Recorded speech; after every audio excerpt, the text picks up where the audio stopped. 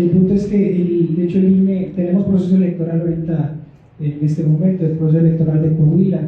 Entonces ya hay acuerdo para que la prueba piloto de urna electrónica, si no me equivoco, la 7.0, la que no quiero decir, pero vamos a mostrar en un rato, no quiero quemar el cartucho, entonces es la que se va a aplicar. Entonces es importante siempre, nosotros como legisladores, nosotros como conocedores o incluso interesados en el aspecto electoral, es siempre ver en esas generaciones que vienen, porque sabemos que la licenciada misma ha estado aplicando la urna electrónica en las escuelas, ¿no? Entonces hay cierta edad que ya están ellos muy encariñados con los aparatos electrónicos. Entonces a lo mejor nosotros o algunas otras personas todavía a lo mejor tenemos un poquito de desconfianza al tema de las transferencias o otros aspectos electrónicos, pero estas generaciones que vienen pues ya están muy encariñadas y ya están muy adaptadas a esta realidad digital que dice el doctor Miguel. Perfecto, doctor, pues muchas gracias, le agradezco y gracias por sus comentarios. Continuamos entonces porque hay una sorpresa por aquí con la licenciada Wendy Vicente Rendón. Por favor, usted díganos también, parece que ahorita vamos a salir a ver el funcionamiento de la urna electrónica. Muchas gracias por la invitación. Efectivamente traemos lo que es la urna electrónica 7.0, que es la que actualmente tiene el instituto. Traemos un ejercicio, pero si me permiten, les explico cómo funciona, ¿no? Cuáles son los beneficios de la urna electrónica y vamos a conocerla haciendo ya un ejercicio en práctica, ¿no? Bueno, la urna electrónica la verdad es que garantiza lo que es la universalidad, la libertad y la secrecía del voto constitucional, ¿no? O sea, que siempre estamos acostumbrados, esta urna electrónica también lo garantiza. ¿Por qué? Porque es confiable, es segura, es ecológica, ¿no? Permite la posibilidad de reflexionar el voto. Ahorita lo van a ver el por qué. Porque si yo decido votar por X partido político o lo que se vaya a hacer, hemos hecho, como decía el diputado, algunas elecciones vinculantes con escuelas, hemos hecho algunas consultas. Pues el ejercicio que sea, por quien vayas a votar, me permite poder reflexionar y regresar, ¿no? Y corregir o lo que hayan decidido seleccionar. La versión 7.0 está compuesta de 3 componentes, ¿no? Que es la pantalla táctil. Le pusimos aquí una chiquita, pero ahorita les digo, vamos a hacerla allá. Es la pantalla táctil, que es la que nos va a mostrar la plantilla o la planilla de toda la elección. Trae unas tarjetas, que es una tarjeta blanca, que es la que permite y se le va a entregar al presidente de la mesa directiva de casilla, que es así como se ha ejercido también en las casillas especiales. Esa tarjeta blanca es la que hace que active la urna electrónica para poder emitir el ticket de inicio, que sería nuestra acta de inicio, donde nos muestra que está completamente en cero. Y una vez que terminamos de imprimir la acta de inicio, retiramos la tarjeta blanca e introducimos una tarjeta de color, ¿no? Para que se identifique. Cada ciudadano va ingresando esa tarjeta de color para que aparezca lo que es la plantilla, ¿no? Para que puedan seleccionar su voto. Segundo componente es la impresión de el voto, que es el testigo de votación. Es como era una casilla, estamos acostumbrados a tener la boleta, la seleccionamos y la guardamos en una urna. Eso es un testigo. En esta urna electrónica se va a imprimir esa votación, porque yo decidí, y se guarda en este tercer componente, que es la impresora, ¿no? Que va a hacer funciones de lo que es la urna. Ella va a resguardar todas y cada uno de los testigos de votación de la ciudadanía que pueda votar. Ahorita mi compañero José Luis les va a explicar todos los ejercicios que se han hecho vinculantes y toda la trayectoria que ha tenido esta parte del voto electrónico en el instituto, pero permítanme decirles, de los estudios que se han realizado de estas elecciones en casillas especiales, se ha determinado que ha generado la eliminación del riesgo del voto nulo involuntario, por esa parte que decíamos, ¿no? Que puedo reflexionar y permite el poder regresar. Simplifica y reducciona el escrutinio y compra. Esta urna electrónica nos va a imprimir al finalizar nos va a imprimir el total de votos recibidos en esa urna electrónica. Entonces, si llevamos una casilla, pues ahí nos va a decir cuántos votos hubo.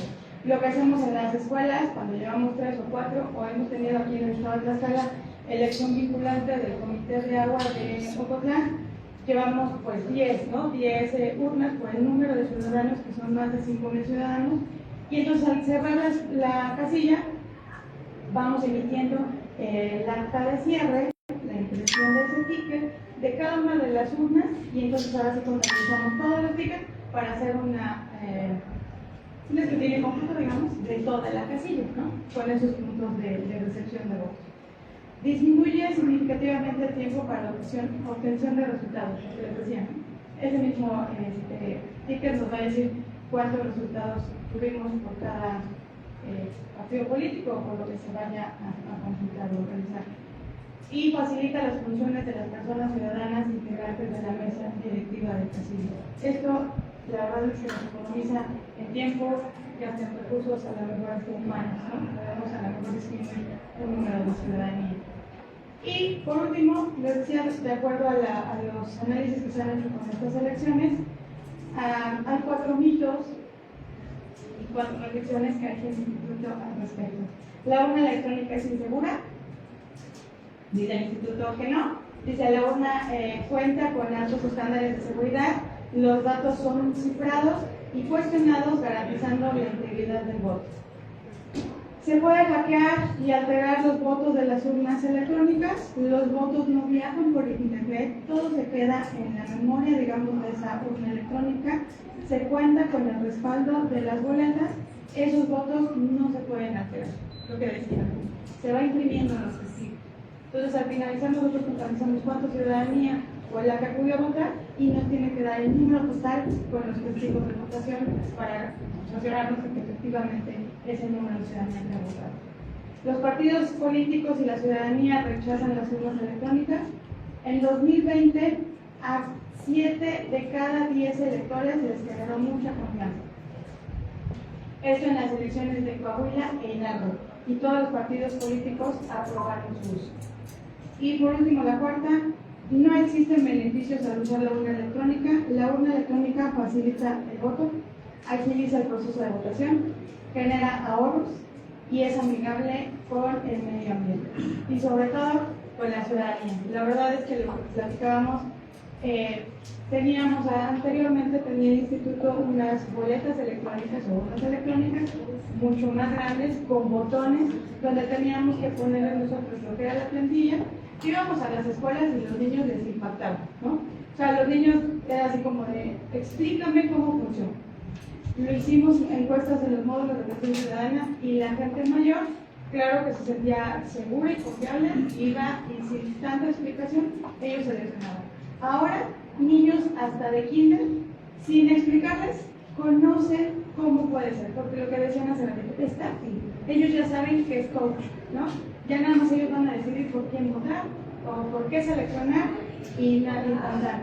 Y ahorita con ejercicio, lo que les platicábamos de la elección vinculante con la elección del Comité de Agua de Ocotlán, también va gente pues, mayor y se les ha facilitado muy rápido porque ya la mayoría de la ciudadanía tiene dispositivos electrónicos que son completamente touch y bueno, ya conocen cómo es, entre comillas, el manejo de eso. Nada más es generar un poco de seguridad, ¿no? Confianza en la ciudadanía y eso obviamente yo siempre lo he dicho, si la desconfianza te hace, el desconocer, el que no conozcas cómo funciona, te hace desconfiar, ¿no? Entonces eso trata entre todos de seguir generando esta difusión del voto electrónico. Si gustan... Muchas gracias. Diputado, nada más un momento, en pleno para ver el tema de la votación, pero aportando a lo que usted justamente decía al final, y lo rescato, yo creo que en esta mesa tal vez podríamos coincidir un poco, lo que hace y legitima al mismo tiempo a la democracia o los procedimientos democráticos, como el hecho de ir a votar, es también la transparencia de los mismos. Todos vivimos, o la gran mayoría vivimos el momento en los años 80 y 90, cuando no había certeza, cuando había una certeza de quién iba a ganar, ¿no? Decía Alonso Lucambio en algún momento, el maestro y ex consejero del Instituto Federal Electoral, que debía de haber certidumbre en el proceso e incertidumbre en el resultado, ¿no? Para que la ciudadanía tuviera la confianza y reconociera los resultados.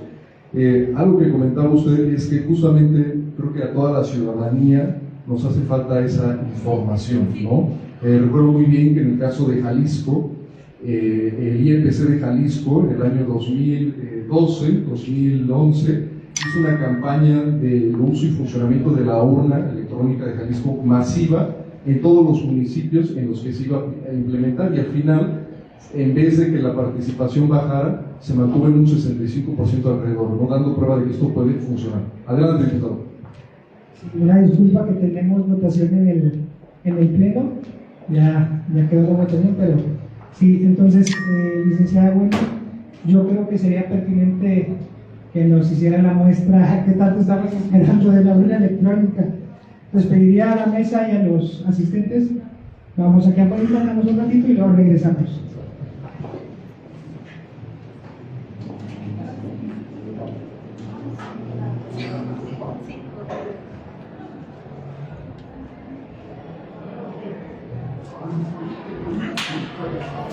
Las podemos poner aquí, ¿verdad? Las pongo aquí para que podamos ver cómo funciona el asunto. Aquí.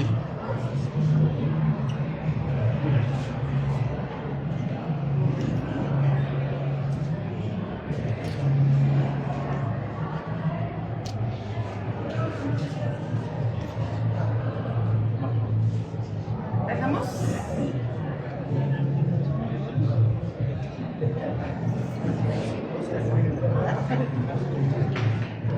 Ok, les platicaba hace ratito, tenemos la tarjeta blanca, que es la que va a tener el presidente de mesa de casilla. Se introduce, bueno, acá tiene unos pernos.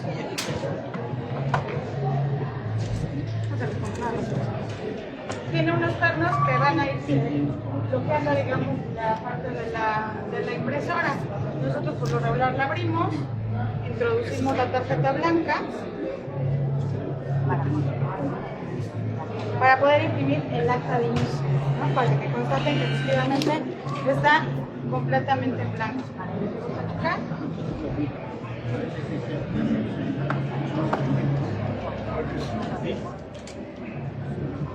Damos confirmar.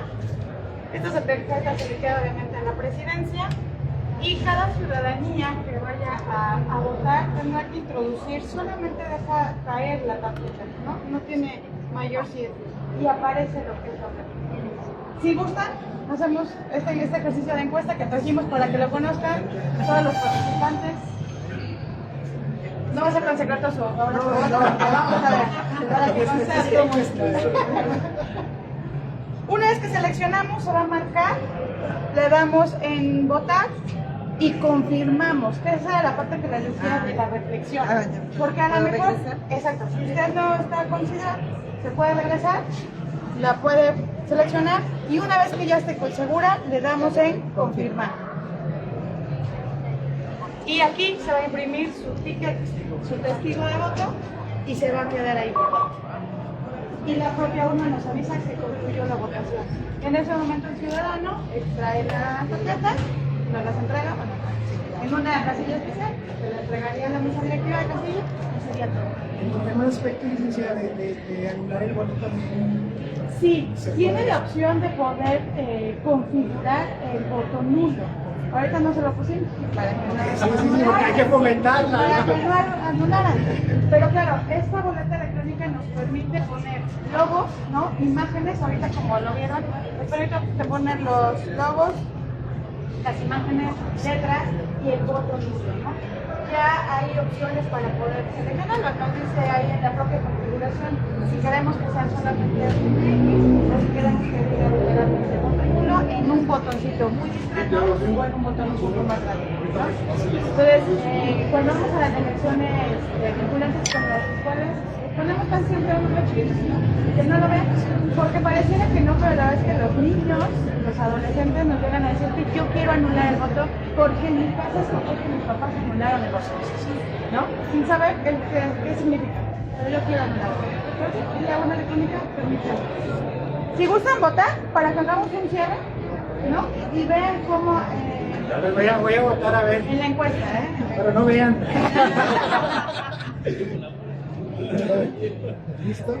Votar, ¿verdad? Votar y confirmar, o si quieren regresar para que O sea, conozcan. si me llegas a equivocar a lo mejor por un logo, entonces me regreso, ¿Se puede ¿verdad? regresar? Ajá. Y ahí me regreso y ya le pongo otra vez no. Y pues, exacto. Le aparece nuevamente en Ya blanco. voto las y veces ya. que sean necesarias, licenciado, o sea, ¿puedo regresar?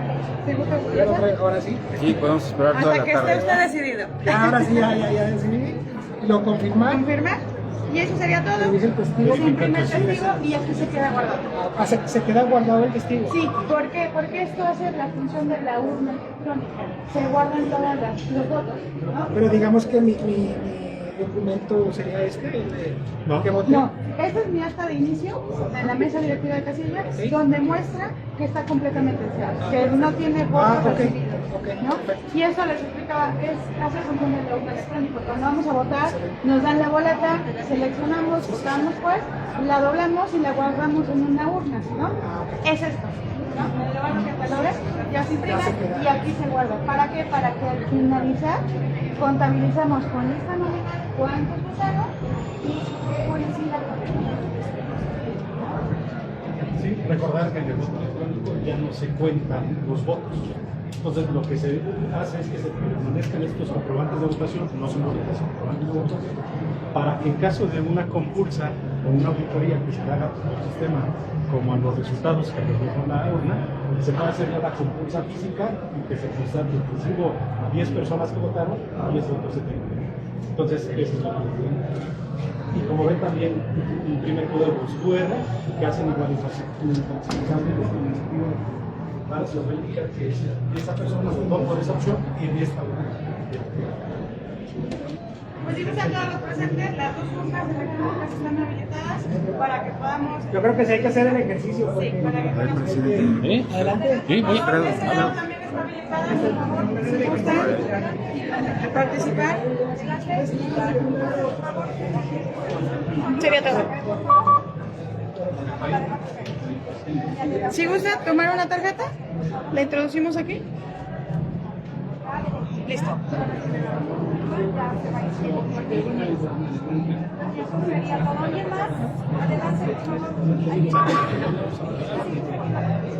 Tengo una pregunta. ¿Esta urna está configurada para nada más votar con partidos políticos o ya está configurada para jueces y magistrados? Es otra parte importante de esta urna. Esta boleta electrónica nos permite configurar lo que deseamos consultar, ¿no? Que digamos, la elección que deseamos hacer. Vamos a hacer una consulta, podemos hacer una encuesta, podemos hacer una elección. Nosotros vamos a configurar también los canales, se va a configurar el inicio bajo la necesidad. Pues es importante nosotros adaptar a esta nueva realidad política de nuestro estado. Sabemos que hay un proceso electoral en camino, es Coahuila. Coahuila ya el INE acordó que las pruebas piloto de urna electrónica van a ser vinculantes en este proceso de renovación de Congreso local. Estaría incluido en la escala también. No, bueno, en el acuerdo a Coahuila, nosotros buscamos que en esta reforma se incluya ya legalmente el uso de estos u otros aparatos de forma de voto. Sería de manera ejemplar, me refiero a algunos municipios, ¿no? Pues es lo que estamos viendo, hacer esas pruebas que pueden ser en casillas especiales o pueden ser a lo mejor en casillas de áreas metropolitanas. Entonces, por eso estamos viendo estas mesas de trabajo, en especial hoy el tema de urna electrónica, voto en el extranjero y medios novedosos para poder ejercer el sufragio. Las Zacatecas tenemos acostumbrarnos a nuevas tecnologías utilizando esta modalidad. Pues creemos, les digo, no va a ser completo, tenemos que empezar también pruebas piloto. La licenciada Mirna, encargada de la vocalía, nos mencionaba que ella ha empezado a hacer las elecciones en las escuelas primarias. Entonces, si tú le dices a alguien de una generación nueva, de una generación actual, pues te dice que sí confía en el teléfono móvil. Entonces yo todavía les digo, hasta no ver esto, que ahorita lo vi, ya dije, wow, qué bien que tenemos esta urna electrónica 7.0. Diputado, ¿qué tan confiable sería este procedimiento? Porque digo, si no se aplica para el 2027 estaría... No, aquí la licenciada Wendy ya nos mostró, ¿qué tan confiable sería? Sí, mira, vamos a hacer el cierre, licenciada, a ver, otra vez vamos a votar otra vez. No se puede votar doblemente, ¿eh? Es otra urna, es otro ejemplo. A ver, inserto la tarjeta, se puede insertar de la manera que sea, ¿verdad? Sí. La inserto, dice, bueno, es algo simbólico, vamos a ponerle sí, vamos a votar, pero resulta que a lo mejor me equivoqué de voto. Entonces nos mencionaba la licenciada Wendy que las veces que sean necesarias podemos regresar. Ahora voy a poner no, voto, confirmo y reviso mi voto. Ahí vieron que dice que no. Entonces es la certeza que te da esta urna electrónica. Y la otra, si gusta sacar la tarjeta. Saco la tarjeta. Porque hay veces que nos dicen, ajá, ¿y cómo se? A lo mejor puedo votar 2 veces, ¿no? Introduzco nuevamente la tarjeta que ya voté. Ya no le va a permitir votar. Pero esa tarjeta, no es utilizar esta tarjeta. Pero esa tarjeta la dan ustedes o es el presidente. El presidente tendrá que entregarle esa tarjeta a la ciudadanía para que la ciudadanía se la introduzca. O sea, en lugar de boleta física dan una tarjeta. Se respeta el principio de una persona, un voto. Un voto. Ahora ese tema de votar 1, 2, 3 veces hace transparente este proceso porque digo... Es que no va a votar no 3 se puede veces. votar. Por eso le decía a la diputada, si quiere introduzcala, ya no le permite. O sea, el padrón son 10 personas, entonces tiene 10 tarjetas el presidente de casilla. Dependiendo del número de ciudadanos. Por eso. A lo mejor unas 20 más. tarjetas, pero se van rotando. Se van a ir rotando las tarjetas. Él llega, ya votó con esta, me la entrega, el funcionario la tiene que literalmente resguardando para la persona que siga entrega otra tarjeta. Si gustan votar, ¿alguien más? Para que vean cómo se desbloquean las tarjetas. Pero o sea, es que eso crea confusión porque No, ¿cuántas pues, veces? Ya le di otra tarjeta, vote por favor. No nada más van a ser 10, se pueden ir rotando, lo que le decía ahorita, se van rotando. Ahora confirma tu voto. Bueno, ya está seguro que es el sí. Entonces confirma tu voto. Revisa el testigo de voto impreso. Ahora intenta votar nuevamente. O sea, intenta votar nuevamente. Mira. ¿Qué te dice ahí? Una tarjeta, un voto. Aquí lo que haría el presidente de mesa directiva es eso: si tienes derecho a votar, te entrego una tarjeta, con la garantía que solamente vas a poder votar una vez. Acabas de votar, nos entregas la tarjeta, viene otra ciudadana o ciudadano y le entrega otra tarjeta para que pueda votar. Entonces el control se hace como en la mesa directiva de casilla con una boleta. Te da tu boleta, no te da 2 boletas, te da tu boleta de elección y con eso emites tu voto. Obviamente llegas otra vez, quieres votar y te dicen tú ya votaste. Ya porque marcamos el pulgar. Exacto. El pulgar. Pero esta tarjeta que ya utilizó el diputado, como ya pasó otra tarjeta en esta... Ya puedes. Ya está habilitado otra vez. Okay. Obviamente no se la va a dar al mismo ciudadano, se la tendría yo que dar a otro ciudadano. Sí, va rotando. Porque ya pasó. Por eso me refería a la rotación de las tarjetas. Entonces, si gusta alguien pasar para que vea que esta tarjeta ya se desbloqueó. ¿Una mujer, alguna dama? ¿Cuánto tiempo tarda en desbloquearse?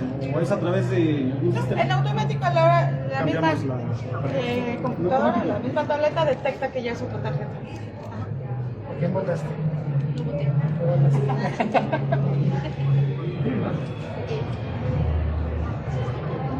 Se desbloqueó, ¿verdad? Puedo votar. Y así es como va funcionando esta urna electrónica. A la hora del conteo, por ejemplo, de los papelitos, ¿no habría ningún problema ahí? ¿Sería todo transparente? ¿Transparente? Sí. Ya no se cuentan, porque en automático, si ahorita lo vemos, con la tarjeta se imprime el acta. Ya te da el resultado de la votación de esa urna electrónica. Ya no se vuelve a contar. Solamente se queda la evidencia en caso de que haya alguna impugnación o algún otro procedimiento para que se pueda hacer una auditoría o compulsa. Ya no sería conteo de votos, sería compulsa o auditoría, se lo denomina de manera técnica, un procedimiento de computación. Sería muy difícil que pudieran ganar en este caso por el conteo. De hecho, son magnéticas. La lectura de la tarjeta, digamos, no es que esté configurada como tal la tarjeta, sino es magnético en todo el procedimiento, y entonces a la hora de que ellos detectan este tipo de tarjetas, digamos, para la redundancia, es que identifica la elección, ¿no? O la configuración de toda la planilla. Y este voto electrónico, si aplicara el 27, ¿cuántas maquinitas serían? Usualmente estas máquinas han utilizado elecciones vinculantes en casillas especiales. Tienen la capacidad de recibir a 1000 electores, o sea, que es una jornada electoral, ¿no? A diferencia de una casilla que son 750, ahora 1000 electores. Y recordar la dificultad que se tiene en casillas especiales, ¿no? Porque se tiene que determinar por qué cargos vas a elegir dependiendo del domicilio que tienes. Entonces, en una casilla habitual, pues, pudiera incrementar un poco más incluso la recepción de la votación. Yo creo, compañeros, para continuar en la mesa, vamos a hacer un cierre de para que nos enseñe el cierre. Sí. Para hacer el cierre nuevamente, el presidente tendrá que introducir la tarjeta blanca. Ahí le dice que va a cerrar la votación, el presidente obviamente le va a tener que decir confirmar.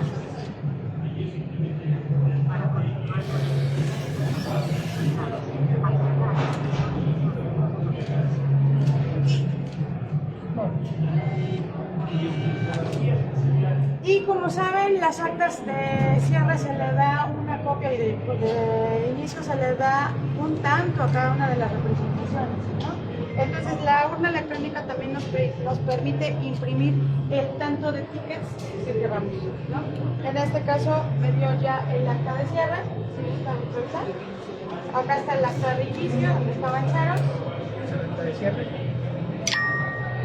El cierre, y el acta de inicio, donde estaba el cierre. Y aquí nos dice que la votación en esta urna fue de 27 ciudadanos, 8 por un sí y 19 por un no. ¿Sale? Y si yo deseo imprimir, o sea, para los representantes. ¿puedo imprimir para allá, por favor?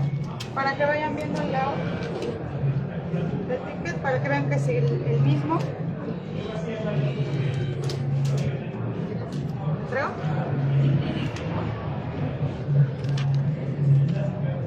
Si escaneamos el sello dimensional a cualquier página, tendríamos acceso a esto. ¿Cómo?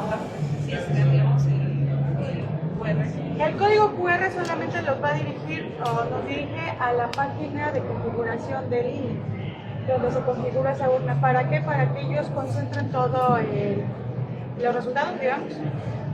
Eso nada más. Y eso nada más es a través de Redine. De hecho, si ahorita ustedes escanean, no va a poder visualizar, ¿no?, cualquier persona, porque deben de estar conectados a una Redine.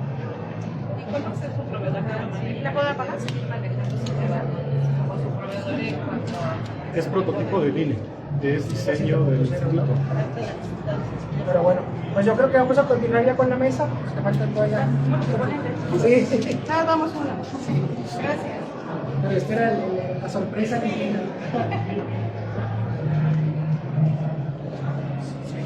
Sí, por favor. Al inicio de la presentación. ¿Cómo viste? Pues muy bien, ¿no? Es que Ya teníamos que mostrar el tema, ¿sí o Exacto, no, Lick? sí. Sí, Tenemos que mostrar conozcan. este tema. Así que- Gracias.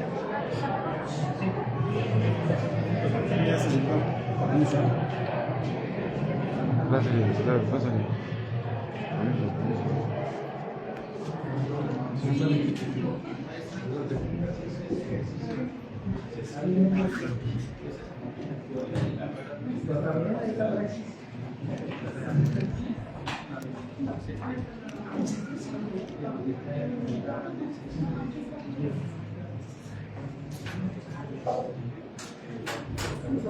Sí, continuando con el trabajo de estas mesas, pues siempre es enriquecedor, como diría aquí el doctor Miguel, es la teoría y la práctica, ¿no?, de cómo usar la urna electrónica. Igual agradecerle que haya traído la urna electrónica original, porque esta es la que se usaría en los procesos, es la que se va a utilizar en Coahuila, esta urna electrónica. Entonces, continuando con el orden del día,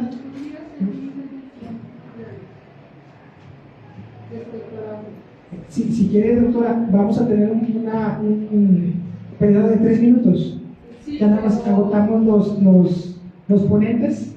Nada más es respecto a las habilidades que tiene esta UNA 7.0 con la gente que tiene discapacidad. Claro. Se adicionan audífonos y se adiciona una transmisión braille en caso de... Era todo lo que quería decir. Sí, muchas gracias, doctora. Ya, si podemos también enriquecer tu comentario, puede ser que una vez terminando ya los ponentes. Entonces, continuando con el orden, pido al licenciado José Luis Hernández, por favor, adelante. Gracias, buenas tardes ya a todos, gracias por la invitación, por la oportunidad para presentar nuestro tipo de urna electrónica. Y básicamente la intención es comentarles el bagaje histórico que ha tenido ya la urna electrónica en el IFE-INE y además comentarles algunos trabajos que ha venido realizando la institución derivado del acuerdo del 2023, en el sentido de que hay que transitar, ya hacer todos los estudios pertinentes para poder implementar el voto electrónico en las elecciones, en este caso federales. En el proceso electoral 2008-2009, perdón, en el año 2009, a través del acuerdo 678, el Consejo General del entonces Instituto Federal Electoral creó por primera vez una comisión temporal para investigar y estudiar y determinar la viabilidad o no de instrumentos electrónicos.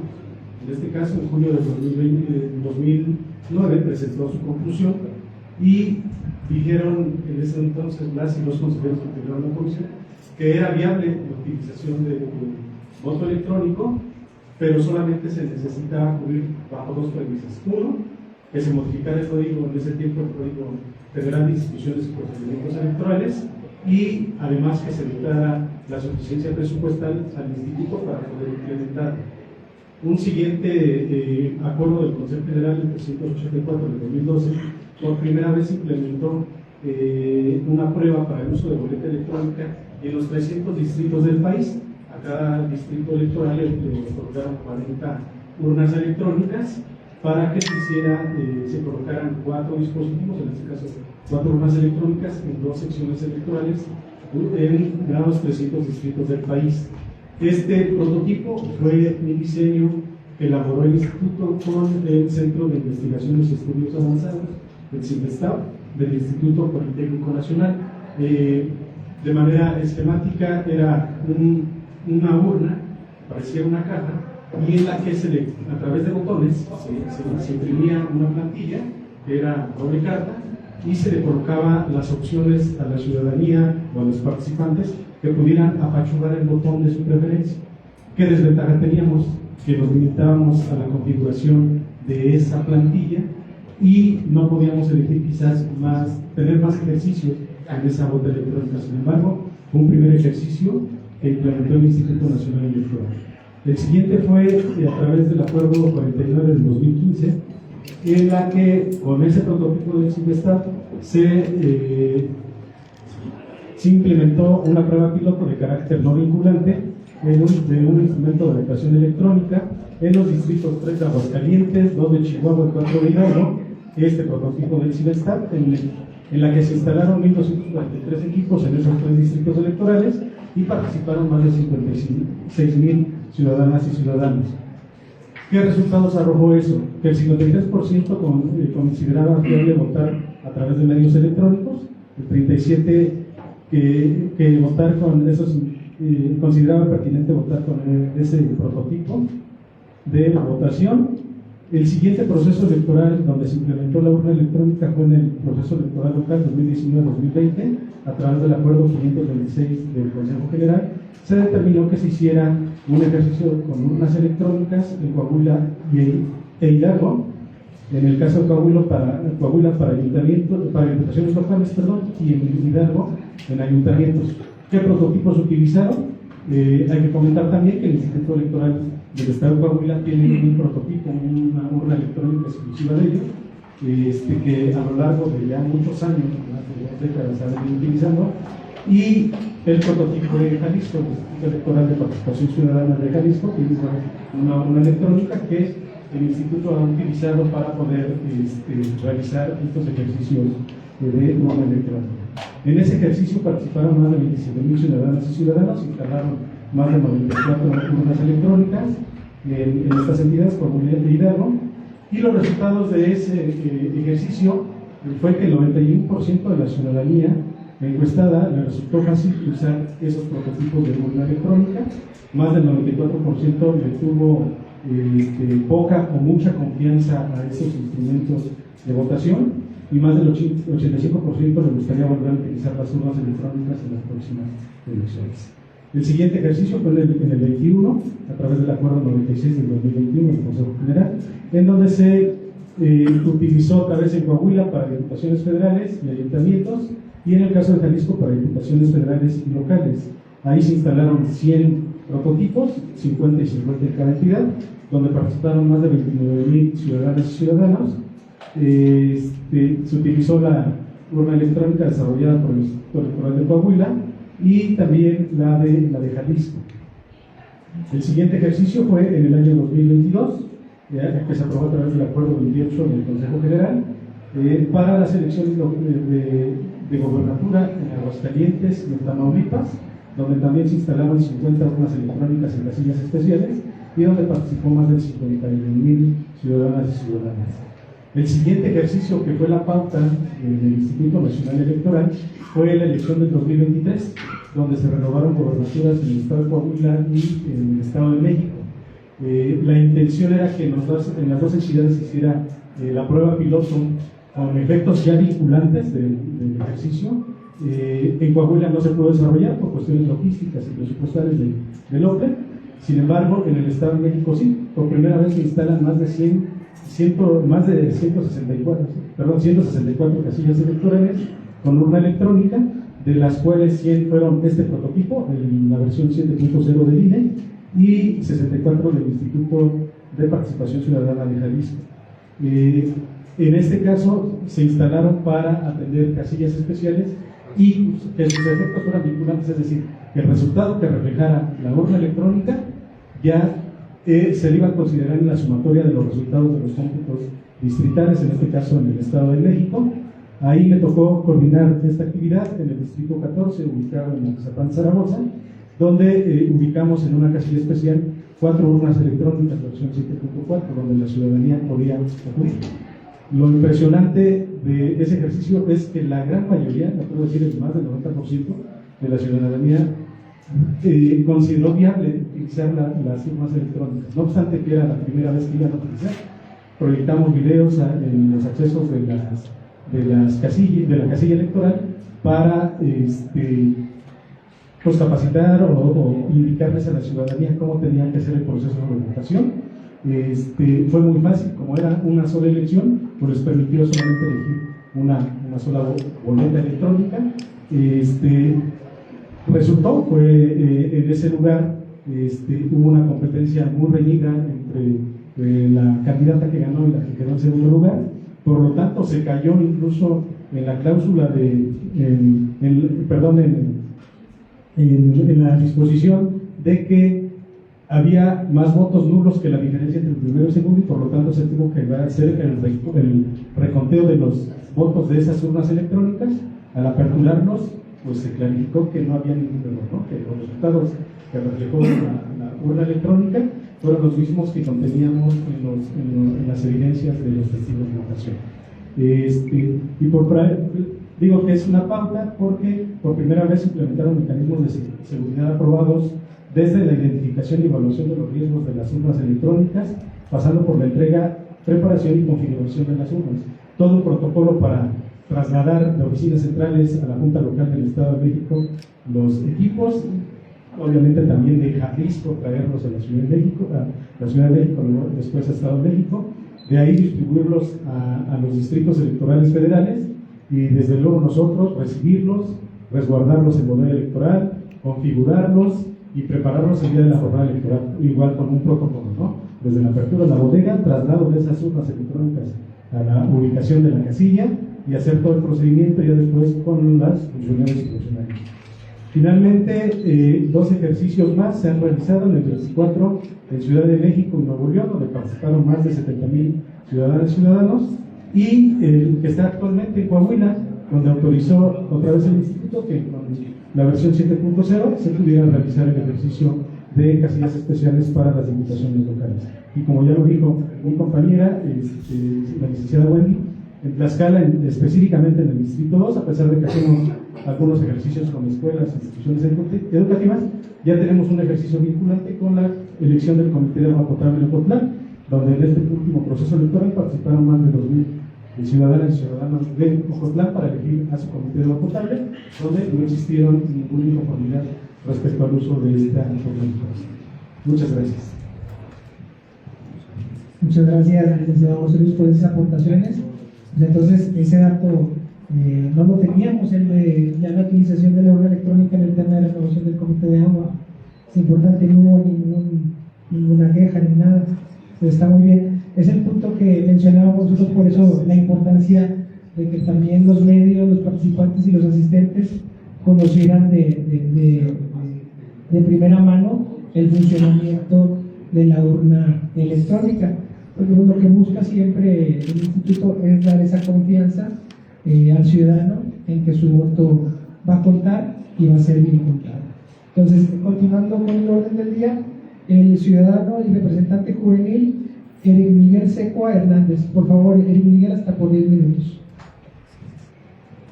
Muchísimas gracias. Bueno, primero que nada agradezco la invitación y pues la oportunidad de estar compartiendo este espacio con todos ustedes. Bueno, a lo largo de la historia democrática de nuestro país siempre hemos estado acostumbrados como ciudadanos, bueno, yo particularmente apenas el siguiente proceso electoral va a ser mi segundo proceso, pero pues quienes ya llevan muchísimo más tiempo ejerciendo su derecho a elegir por medio de las urnas, esto siempre se ha hecho tradicionalmente mediante el papel. ¿Esto qué ha generado? Que pues evidentemente exista cierta incertidumbre ciudadana sobre la utilización de nuevos medios, en este caso electrónicos, como la urna 7.0 de línea. Sin embargo, quiero recalcar que, bueno, tal y como lo estaba comentando el licenciado en su momento, no es un ejercicio completamente nuevo para el árbitro electoral. En relación a esto, quiero destacar dos puntos importantes. El primero fue el proceso electoral locales de 2019 y 2020 en Coahuila o Hidalgo. ¿Por qué? Bueno, esta fue una composición mixta de urnas electrónicas y físicas, en donde la particularidad que yo destaco es que hubieron 54 urnas desarrolladas por el Instituto Electoral de Coahuila y otras 35 desarrolladas por el Instituto Estatal Electoral y de Participación Ciudadana de Jalisco. Esto es importante, porque marca un precedente, y esto es que los organismos públicos locales electorales también tienen esa capacidad para poder generar sus propios mecanismos de participación electrónica. Esto, pues, ¿de qué nos sirve a nosotros? Para que aquí en el Estado, también nuestro propio OPLE pueda comenzar a generar este mecanismo en donde pueda haber una cooperación mutua INE-ICE para pues, poder garantizar el ejercicio de la ciudadanía con su derecho al voto. El siguiente proceso que quiero destacar es el 2023-2024, que es el último que hemos tenido. Porque en este fue un inventario total de 305 urnas que se instalaron, 44 casillas especiales en la Ciudad de México, representando el 100% de la cobertura de las casillas especiales en esa entidad, y 27 casillas especiales distribuidas estratégicamente en los municipios de alta densidad demográfica de Nuevo León, por ejemplo Monterrey, Apodaca, San Pedro Garza García, San Nicolás de los Garza y General Escobedo.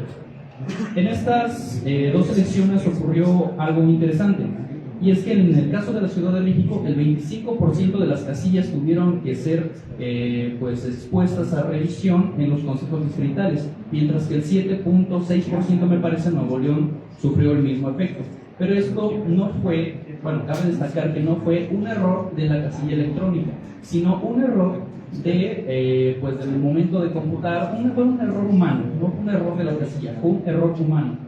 Esto creo que ayuda bastante bien para darnos cuenta que el sistema es confiable y los pocos errores que podrían llegar a generarse producto de este, en todo caso, pueden ser de nosotros como personas. También han habido diversos ejercicios, por ejemplo, en el mismo proceso electoral 2022-2023, en las sedes consulares de Chicago, Dallas, Los Ángeles y Montreal también se instalaron urnas electrónicas para la emisión del voto. Esto nos lleva a que en el proceso electoral concurrente 2023-2024 hubo un registro histórico acumulado de 165.058 votos depositados en urnas electrónicas. Esto representa un 15% aproximadamente de la votación que se genera aquí en el estado, que ronda aproximadamente entre los 700 y 800 mil votos emitidos.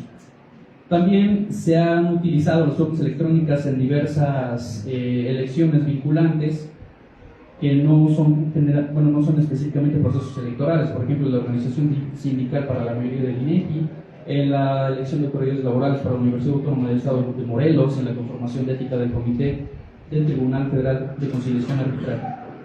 Ahora, también lo mencionó el licenciado hace un momento. En Coahuila en 2023 existió un incidente importante, el que pues llevó a la cancelación del uso de la urna electrónica. Y este fue porque durante el hallazgo de la auditoría, en la fase de preparación y aplicación del plan de verificación técnico, se detectó un error lógico en la configuración de los códigos de las casillas electrónicas. ¿Cuál es el punto positivo de esto? Que a pesar de que se detectó ese código, la casilla no duplicaba los votos. Permitía que se pudiera votar más de una vez, pero al momento de hacer el cómputo final de los votos no se duplicaban. Esto me parece que es un buen sello técnico, porque a pesar de que pudieran haber pequeños errores durante el proceso de votación, los resultados se mantienen intactos y esto funciona como un excelente parámetro de legalidad. Las evaluaciones métricas de esto generaron que el tiempo de instalación de casilla con urnas electrónicas es aproximadamente de 17 minutos con 41 segundos, o sea, significativamente inferior al de casillas físicas. El cierre de la votación para el escrutinio y cómputo también rondó en los 16 minutos con 53 segundos aproximadamente. Y esto es lo más importante, el tiempo de interacción electrónico, o sea, de la votación por parte de la ciudadanía, la emisión del sufragio rondó aproximadamente en el minuto con 4 segundos, o sea, solo un minuto para que la ciudadanía pudiera emitir la totalidad de sus votos. Esto es un salto de eficiencia gigantesco en comparación al sistema de votación actual. La percepción ciudadana, pues el 89% de la ciudadanía consideró que aprueba este tipo de implementación de usos electrónicos para emitir su votación. Esto yo creo que es un importante parámetro que tenemos que tomar en cuenta para el momento en el que nosotros como ciudadanos y quienes también representan a las autoridades electorales pueden decidir qué se puede aplicar y qué no se puede aplicar. Bueno, sin embargo, pues sabemos que aquí en el estado contamos con diversas particularidades en comparación a otros lugares del país. Una muy importante es la elección bajo sistemas normativos internos. También aquí tenemos que analizar qué tanto se puede aplicar las urnas electrónicas para que la ciudadanía de las comunidades que se rigen por el sistema de usos y costumbres, que son 94 aquí en el estado, puedan emitir su votación a través de estos medios y que haya pues efectos vinculantes y una buena participación y aprobación por parte de las personas de estas comunidades. Una brecha digital y tecnológica que pues genera que en muchas ocasiones hay una sensación de desconexión, sobre todo pues con las generaciones que están acostumbradas a sistemas un poco más tradicionalistas, nuestros padres, nuestros abuelos. Otro punto importante es la deficiencia que existe en cierta infraestructura y de servicios a lo largo de los domicilios de instalación de las casillas. Y es que aquí en el estado pues tenemos comunidades muy alejadas, muy apartadas de sus cabeceras municipales, en donde también hay gente que tiene que emitir su votación. Sin embargo, los domicilios de las casillas puede llegar a haber cortes eléctricos, puede llegar a haber atascos o pequeños inconvenientes momentáneos con las urnas electrónicas y que se dificulta por el nivel de distancia, pues repararlo en ese momento. Y otro punto importante es el condicionamiento de la ley. ¿Por qué? Porque al final de cuentas para eso es la formación de estas mesas, para la celebración de estas mesas, para mejorar la actual ley de instituciones y procedimientos electorales del Estado. Es por eso que pues conformé las siguientes propuestas. La primera es una modificación obligatoria para las definiciones en la ley de instituciones y procedimientos electorales del Estado. Se tienen que incluir y definir formalmente términos como la urna electrónica, la interfaz digital de votación, el testigo de voto, la cadena de integridad criptográfica y el dispositivo de almacenamiento extraíble, para que al momento de que se puedan presentar impugnaciones no haya pues una variación, no haya interpretaciones fuera de lo que estrictamente busca la ley. Esto pues tiene que dotar de un rango legal a todos estos conceptos en el glosario para que, como lo mencioné, cualquier impugnación posterior que nazca de esta no puedan hacer una indefinición jurídica de la propia ley. Otro punto importante es que en el artículo 197 de la Ley de Instituciones y Procedimientos Electorales ya se presupone que el llenado debe ser manuscrito e impreso de las actas de la jornada. Y pues como nos damos cuenta aquí ya no hay actas de jornada electoral como tal, entonces se tiene que adecuar este artículo para que pues no haya dobles interpretaciones y para que la ley pues tenga los alcances necesarios para regular el proceso electoral. Otro punto muy importante que voy a saltar por cuestiones de tiempo es también algunas reformas necesarias a la Ley de Medios de Impugnación del Estado, sobre todo en el artículo 31, porque actualmente el artículo únicamente otorga un pleno valor probatorio a las actas oficiales de papel firmadas en las mesas directivas de casilla. Y como ya lo mencioné, aquí no hay actas firmadas, sino pues la documentación que emite la propia casilla. Entonces se debe reformar para ampliar el catálogo de pruebas científicas y tecnológicas, que es a mi consideración en el supuesto que se podría actualizar la documentación generada por las casillas electrónicas. Igual en el artículo 98 de la Ley de Medios de Impugnación del Estado, este está diseñado completamente para el mundo analógico, para lo tradicional. Entonces se tiene que, al momento de introducir una orden electrónica sin modificar las causas de nulidad, esto va a generar un estado de indefensión jurídica gigantesco para algunos de los actores políticos. Es por eso que se deben adicionar las fracciones específicas o reformular las existentes para blindar el proceso ante fallas técnicas o manipulaciones o cualquier tipo de error que pueda generar pues como consecuencia del uso de las urnas electrónicas. Muchas gracias. Sí, muchas gracias. Te agradezco mucho la participación. Comentar también y saludar con respeto al maestro Roberto Muñoz Soto, magistrado en retiro del Tribunal Electoral de Tlaxcala. Gracias por su asistencia y es un honor contar con su presencia. Comentar también que se vienen hablabas de Canadá, ¿verdad? Se vienen las elecciones de Brasil y recuerdo antes de hacer ahí mi tesis que veíamos el caso de Brasil en el uso de la urna electrónica, que actualmente ya lleva más de 30 años en el uso de la urna electrónica. También me acuerdo que mencionaba yo el tema de la India, que son países que tienen un padrón significativamente alto, ¿no? Una lista nominal significativamente alta. Entonces ahí también ya en el tema de otros países ya es una realidad, como bien tú lo dices. Entonces, continuando con el orden del día, sigue la licenciada Dulce María Angulo, ella es representante de la Universidad Autónoma de Tlaxcala, por favor. Gracias, buenas tardes a todos. Y pues agradecerle al diputado que tome en cuenta a la Universidad Autónoma de Tlaxcala. Obviamente esta situación del voto electrónico es muy importante para el Estado. Es una reforma que no se ha considerado. Como hemos escuchado las participaciones anteriores, generalmente se faculta un tema reglamentario del Instituto Nacional Electoral, quien ha intentado una implementación a través de la norma reglamentaria que ellos tienen, ¿no? Sin embargo, hay una ambigüedad en la ley, tanto a nivel federal como a nivel local. Si bien se han hecho algunos trabajos para tratar de introducir el tema del voto electrónico, también es cierto que los congresos, tanto nuestro Congreso Federal, ambas cámaras, como los congresos estatales, han dejado fuera de la legislación este tipo de situaciones. De hecho, a nivel federal, la Ley General de Instituciones y Procedimientos Electorales solo considera el voto electrónico para connacionales, significa para personas residentes en el extranjero. Si bien se ha implementado en el Estado, ha sido a través de la facultad reglamentaria del Instituto Nacional Electoral. Ellos han hecho un trabajo junto, obviamente, con los tribunales electorales a fin de que se pueda implementar con mayor eficiencia y certeza.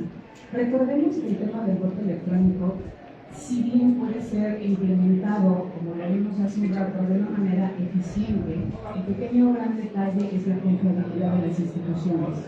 ¿Qué tanta credibilidad tienen las instituciones electorales, como son el Instituto Nacional Electoral, los organismos públicos electorales locales, los tribunales electorales, ¿no? Que en la merma que se ha situado a un tema de credibilidad de ellos, no solamente es la participación ciudadana, ¿qué tanto la ciudadanía cree que realmente los órganos electorales están preparados para dar la certeza y la confiabilidad en las elecciones? Entonces, lo primero que se tiene que hacer es trabajar con la ciudadanía, sí, de la mano de una reforma electoral real, que permita dar certeza al procedimiento. Es un articulado bastante amplio. ¿Por qué? Porque la urna electrónica se va a utilizar el día de la jornada electoral. Pero previo a ello tenemos que hacer un trabajo de concientización con la ciudadanía, porque la ciudadanía al final es quien le da la credibilidad a las instituciones electorales. Hablando en un global de instituciones electorales, a los organismos administrativos y a los organismos jurisdiccionales. Entonces, primero se tiene que trabajar con la ciudadanía para crear esa confiabilidad y después la implementación del tema del voto electrónico. Si bien me escucho que ha sido implementado en el Estado a través de una elección que fue bastante discutida incluso en medios, que tiene que ver con la Comisión de Agua Potable de una comunidad, de la comunidad más grande del Estado, que tiene un número de votantes. De hecho, la votación incluso creo que pudo haber sido mayor a lo que se hace en un proceso electoral normal. Sin embargo, nosotros tenemos 299 comunidades por voto que se da por voto directo a la ciudadanía.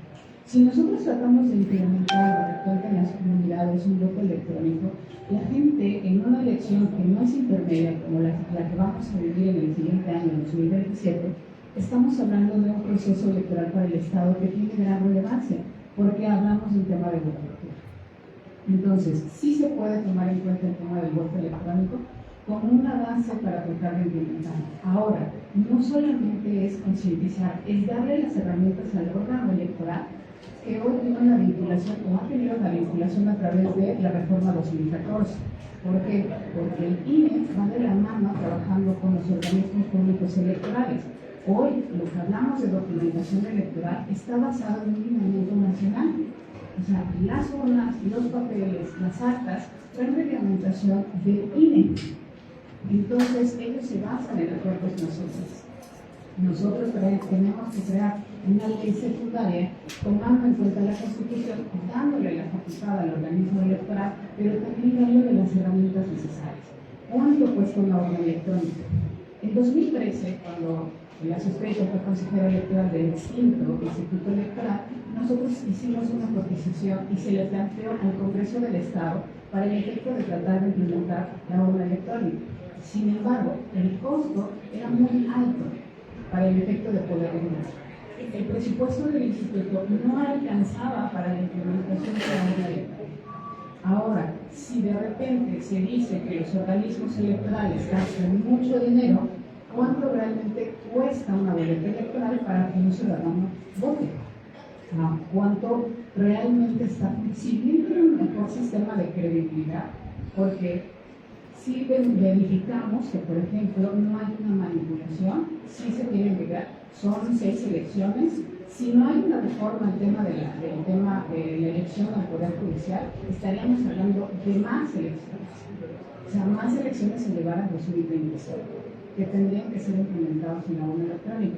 El papel en economía tendría que ser un número que pudiera ayudar, pero sin embargo, esta reforma no solamente debe considerar situaciones para su implementación, quizás como un tema piloto, que yo creo que no, si se establece la legislación, debe ser algo que pueda lograr el órgano electoral y que deben estar obviamente vinculados los organismos jurisdiccionales a través de la legislación que se establece para saber realmente la certeza que puede darse a esa elección, ¿no?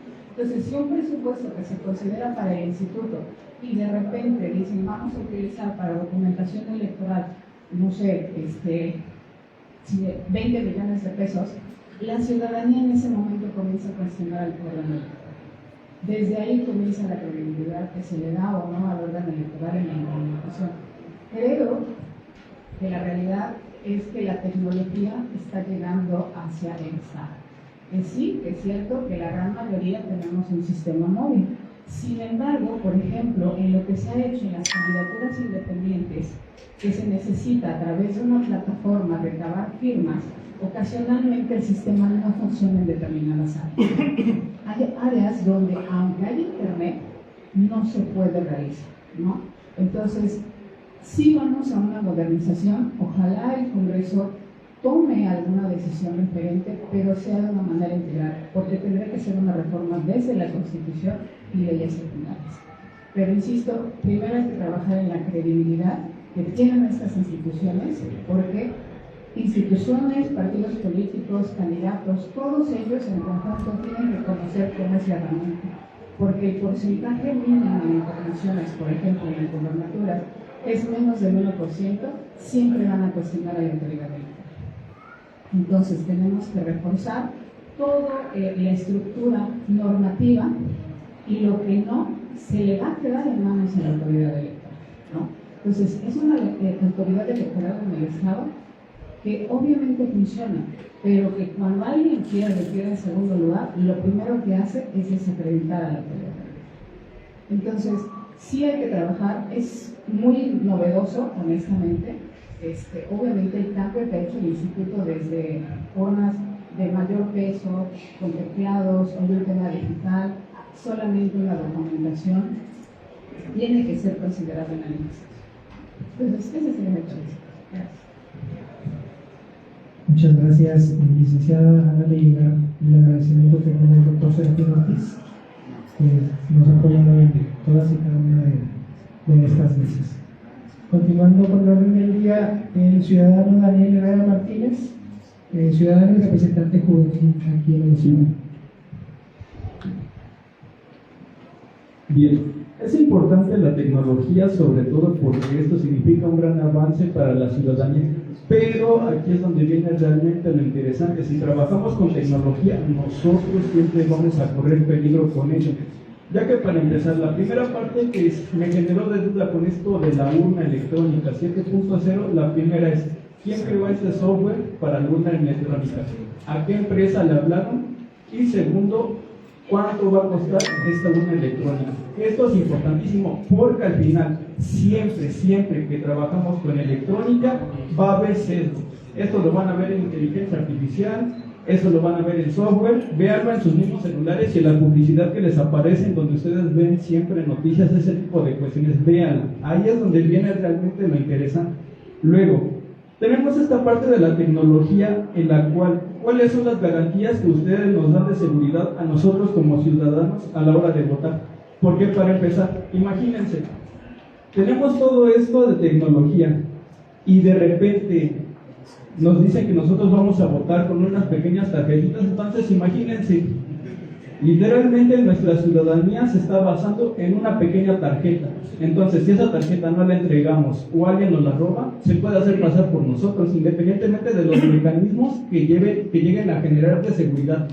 Porque siempre va a haber una persona que trabaje con tecnología que va a decir: voy a estar haciendo esto para obtener tal fin. Porque siempre que se trabaja con tecnología, siempre se termina lucrando con ella. Lamentablemente, sobre todo eso lo pueden ver en casos de, por ejemplo, demandas de Facebook, también en esta parte del metaverso, WhatsApp, Telegram. Todo eso está lucrado y realmente por eso es que en algunos momentos llegamos a ver estos mensajes de tal situación y por ese tipo de cuestiones, porque están trabajando con los datos.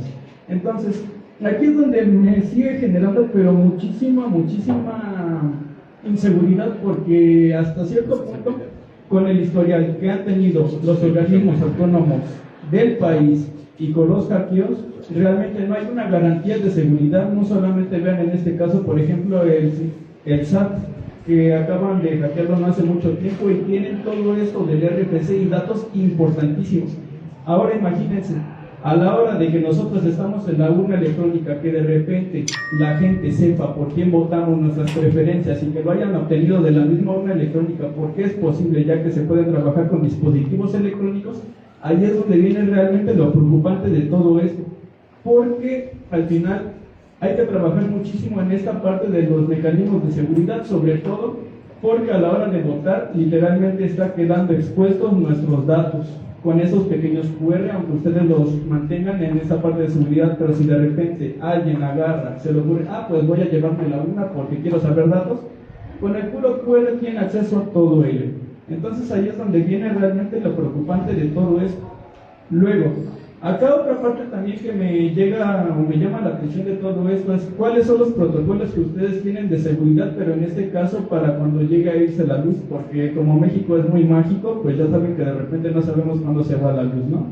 Entonces, Aquí es, ¿ustedes qué protocolos tienen para este tipo de situaciones? Porque por lo que veo funcionan con luz eléctrica, pero también, por ejemplo, una propuesta o algo que yo les sugeriría es que también probaran con las baterías de litio para que así tengan una autonomía tal vez hasta de unas 3-4 horas, para que sea suficiente en cualquier caso de situación de que llegue a fallar esta parte de la electrónica. Luego, también, por ejemplo, otro de los aspectos que veo mucho de la urna electrónica que me llama la atención es, realmente tienen gente preparada para esta parte del mantenimiento de estos mecanismos, porque, por ejemplo, imagínense que una persona está votando y de repente la impresora se traba o ya no quiere imprimir. Entonces, imagínense qué tan complicado sería esa situación, como que nada más le estén pegando, de repente no salga, o este tipo de situaciones.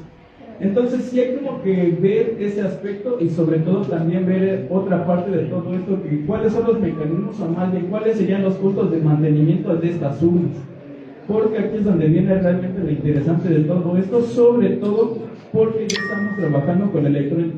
Aunque es una muy buena propuesta, es experimental y de hecho es mucho de mi agrado, todavía falta pulir muchísimos detalles y espero que en el futuro estos detalles los estén sobre todo mejorando, porque ya se vienen las siguientes elecciones, que en este caso son las del 2027. Pero ahora imagínense, si en este caso tuvimos el caso de las elecciones de jueces y magistrados, que realmente no fue muy favorable con el formato que manejaron, entonces ¿cómo lo van a manejar en este formato con la urna electrónica? Porque de alguna manera esto es muy interactivo, es muy bueno. De hecho, lo ha vuelto muy, pero muy sencillo. Entonces, esta situación es cómo lo van a adecuar para que verdaderamente la gente vaya a votar por los jueces y magistrados, y supongamos hay hasta a veces 10 candidatos y de repente están enumerados, pero a veces tenemos parte o gente de la que vota que es analfabeta. Entonces, ¿cómo hacer para que realmente esto sea de una manera adecuada y para que toda esta gente pueda aprovechar y realmente seguir participando? Porque por lo que veo esto ya se ha implementado en el voto en el extranjero y afortunadamente de la participación que ha sido de los padrones electorales de estas últimas elecciones de 2024, 2021, 2018 y anteriores, por lo que veo es que de ese padrón del 100% vota aproximadamente un 50-55%, y eso habla muy bien de cómo está participando el mexicano en el extranjero. Pero, ¿cómo garantizar para que realmente todo esto funcione? ¿O se puede implementar acá en México? Porque de alguna manera la misma geografía de México no aporta muchísimo a esta parte de las distribuciones, porque imagínense pueblos muy alejados de grandes ciudades, realmente para el mantenimiento o estas situaciones que podrían ser cotidianas, realmente van a ser muy complejas de tratar de solucionar en el momento. Entonces, ¿qué protocolos o cuál va a ser, por ejemplo, la preparación que ustedes van a hacer con su gente que va a estar apoyando en esta parte de las casillas electrónicas?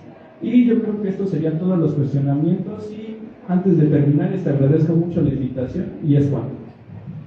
Sí, gracias, ciudadano Daniel Oreda. Vimos también, escuchamos atentamente tus propuestas. También sugeriría también, por favor, enviar las presentaciones para hacerlas llegar a todos y cada uno de los participantes. El licenciado José Luis también mencionaba cifras en el tema estadístico de confianza hacia la urna electrónica. También es importante ver que se ha utilizado en otros estados de la República. Escuchábamos al licenciado José Luis y al licenciado Luis, Jalisco, Coahuila, Hidalgo. Entonces, la urna electrónica que maneja el INE es la 7.0. Entonces es importante también como quiera ver el éxito de la urna electrónica, pero pues todo es perfectible y mejorable. Te agradezco mucho tus aportaciones. Entonces, continuando con el orden del día, sigue la maestra Elizabeth Vázquez Alonso, secretaria ejecutiva del Instituto Tlaxcalteca de Elecciones. Adelante, maestra, y agradecerle su presencia en estas mesas. No, por el contrario, diputado, agradecer la invitación hecha al Instituto Tlaxcalteca de Elecciones. Saludo con todo gusto a cada uno de los que integramos esta mesa. Y mi tema mesa, básicamente, bueno, ya vimos como que el tema primordial ahorita ha sido lo de la urna electrónica o el voto electrónico, pero nosotros en el instituto, al ser una autoridad que solamente cuenta con una facultad reglamentaria y que sabemos que, bueno, la facultad del Congreso está en la facultad del Congreso poder emitir, ¿no?, en la legislación respecto del voto migrante. Mi participación versará en ese tema, en el voto migrante y lo que ha sucedido en el instituto desde la elección pasada, y que precisamente en este proceso, que todavía no inicia, pero ya en este año que está transcurriendo, ya hemos recibido alguna solicitud respecto de este tema. En fecha 15 de agosto del año 2023 se recibió un escrito signado por Abelino Mesa Rodríguez, quien en ese momento se ostentaba en su carácter de secretario general de Fuerza Migrante, el cual solicitó la implementación de una acción afirmativa respecto de la solicitud de adopción de acción afirmativa a favor de un grupo vulnerable que es el migrante. Para atender dicha solicitud, el Instituto, a través del Consejo General, aprobó el acuerdo ITCG 72/2023 en la sesión pública extraordinaria de fecha 8 de septiembre de ese mismo año, mediante el cual se dio respuesta a dicha solicitud. Dentro de dicho acuerdo, en su considerando cuarto, apartado B, se menciona lo siguiente, y cito textual: corresponde a que este instituto implemente acciones que se encuentren dentro de sus facultades para reconocer dentro de la normativa del Estado la figura de diputación migrante. Por lo antes expuesto y fundado, dese vista al Congreso del Estado del presente acuerdo, así como del folio 1825-2023, entre comillas, escrito de solicitud, para los efectos que conforme a sus atribuciones a que haya lugar. Cierro cita. Derivado de este acuerdo, el día 19 de septiembre, mediante el folio 2174, se recibió un medio de impugnación en contra, obviamente, de este acuerdo.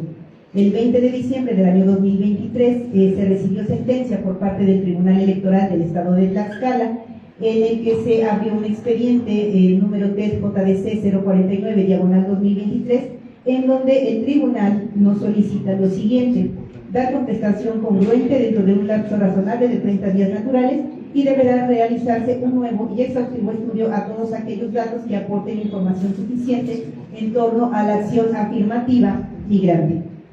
En fecha 19 de enero del año 2024, entonces ya en una sesión especial, el Consejo General del Instituto aprobó el Acuerdo 10, ya del año 2024, mediante el cual se da cumplimiento, obviamente, a la sentencia emitida por el Tribunal Electoral dentro del expediente ya mencionado, que es el 49 de 2023, en el que entonces ya se aprueba una acción afirmativa a favor de la ciudadanía tlaxcalteca residente en el extranjero. En ella se buscó garantizar la presencia de diputaciones migrantes a través de la asignación de representación proporcional, únicamente a través de esa asignación de representación proporcional, y únicamente, igual, importante decir, que solamente fue para la diputación. Esto con el objeto y fin de materializar la igualdad sustantiva de las personas residentes en el extranjero en el ejercicio de sus derechos político-electorales, particularmente garantizar el derecho de tener la representación en la Cámara de Diputados, y con ello se buscó compensar ese trato diferenciado del que había sido objeto hasta ese momento ese grupo vulnerable. La acción afirmativa que se instrumentó mediante dicho acuerdo, que ya se menciona en el párrafo anterior, constituyó un piso mínimo, dejando a los partidos políticos en libertad que, conforme a su propia autoorganización, postularan a personas de otros grupos en situación de vulnerabilidad a candidaturas a cargo de elección popular, en específico a diputaciones locales, como ya lo mencioné anteriormente, a fin de favorecer la progresividad y optimización del ejercicio del derecho a ser votado de dichas personas. Posteriormente, esta acción afirmativa, a pesar de que el Consejo General del Instituto Tlaxcalteca de Elecciones ya había hecho el que el partido político pudiera postular alguna candidatura, el Partido Verde Ecologista de México volvió a impugnar esta sentencia. Bueno, el Tribunal Electoral confirmó el acuerdo y ya hasta ahí se cerró el expediente. Es importante mencionar que nosotros, el pasado 12 de marzo, recibimos ya un escrito nuevamente signado por una ciudadana, quien se señala como integrante de las personas residentes en el extranjero, en el que en el documento solicita ya en este momento al instituto la creación de una comisión temporal del voto de las y los residentes en el extranjero. Y ella menciona que cuyo fin es mantener también una comunicación permanente con la comunidad de tlaxcaltecas que residen en el extranjero y garantizar las condiciones necesarias para el ejercicio de su derecho al voto. Entonces, el instituto en este momento pues está atendiendo dicha solicitud, pero pues solamente dentro de las facultades reglamentarias. Entonces, la idea y bueno, el propósito de esta mesa o de estas mesas que son tan importantes, pues es que desde la legislación, ¿no?, se pueda revisar el tema del voto migrante para que ya no se tenga que implementar una acción afirmativa y que este derecho ya quede constitucionalmente para ese tipo de grupo en específico. Claro que hay otros tipos de grupos, pero ahorita para esta mesa en específico el voto migrante sería bueno. Muchas gracias, maestra. Gracias por las aportaciones. De hecho, como comisión solicitamos unos datos hacia ustedes al instituto. Nos mencionaban que el padrón, tenemos un padrón de cerca de 10.000 personas y tenemos una lista de 4.905.000 residentes y ciudadanos tlaxcaltecas en el extranjero. Entonces sí, también tenemos ahí las cifras de que somos de los únicos estados donde todavía no hay voto extranjero. Entonces, no, sin querer entorpecer a lo mejor alguien que vaya a hablar de eso, mejor continuamos entonces. Muchas gracias, maestra. Continuamos con la licenciada María Guadalupe Díaz Flores. Por favor, licenciada, adelante algunas palabras o comentarios de ustedes. Muy buenas tardes a todas y a todos. Diputado Silvano Garay Lorego, gracias por la invitación que le hizo gentilmente a la Casa de los Saberes Jurídicos en Tlaxcala, que es de la Suprema Corte de Justicia de la Nación. Sin embargo, nosotros como institución completamente cultural, donde nos abocamos únicamente a la cuestión jurídica y jurisdiccional y de respeto a los derechos humanos, pues bueno, solo venimos en calidad de observadores. Entonces, bueno, pues yo como pues ciudadana nada más, representante del director de la Casa de los Saberes Jurídicos, agradezco enormemente pues esta invitación y bueno, pues reconozco y aplaudo esta ahora sí que mesa ciudadana, ¿verdad? Donde ustedes en su organización de procesos electorales, en la organización de los procesos electorales próximos, bueno, pues dan ahora sí que el diálogo abierto a la ciudadanía, ¿verdad? Orientando a la construcción de una nueva propuesta de reforma electoral por medio de las mesas ciudadanas y bueno, pues ojalá que pues estos temas de nuevas formas de emitir el voto, la urna electrónica, el voto electrónico y voto migrante, pues sean una realidad y pues sobre todo apegados a la Constitución, como bien lo comentan nuestras panelistas. Mil gracias, señor diputado Silvano Garay, y bueno, pues cedo el uso de la palabra a la siguiente panelista. Gracias. Gracias a todos. Muchas gracias, licenciada. Siempre es un honor tener también a la Suprema Corte de Justicia. Agradecer nuevamente al director de Casa de Saberes Jurídicos por su disposición. Inmediatamente se le hizo la invitación, inmediatamente dijo que podían asistir aquí como escuchantes, observadores, y aquí estamos como quiera construyendo. Entonces, continuando con el orden del día,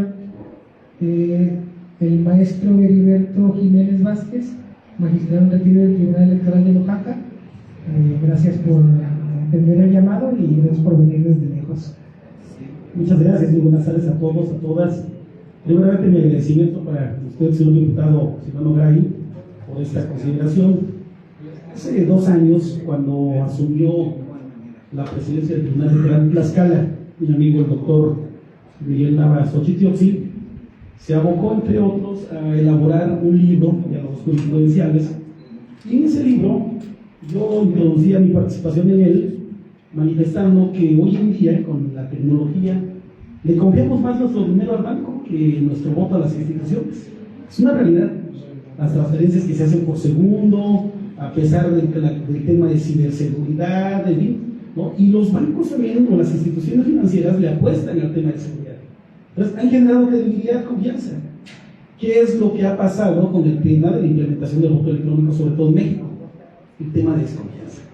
Los partidos políticos han puesto sobre la mesa que no es confiable esta modalidad, no lo digo yo, lo dicen las participaciones que han habido, ¿no? Un tema de desconfianza, un tema que al parecer todavía no logra generar la certeza.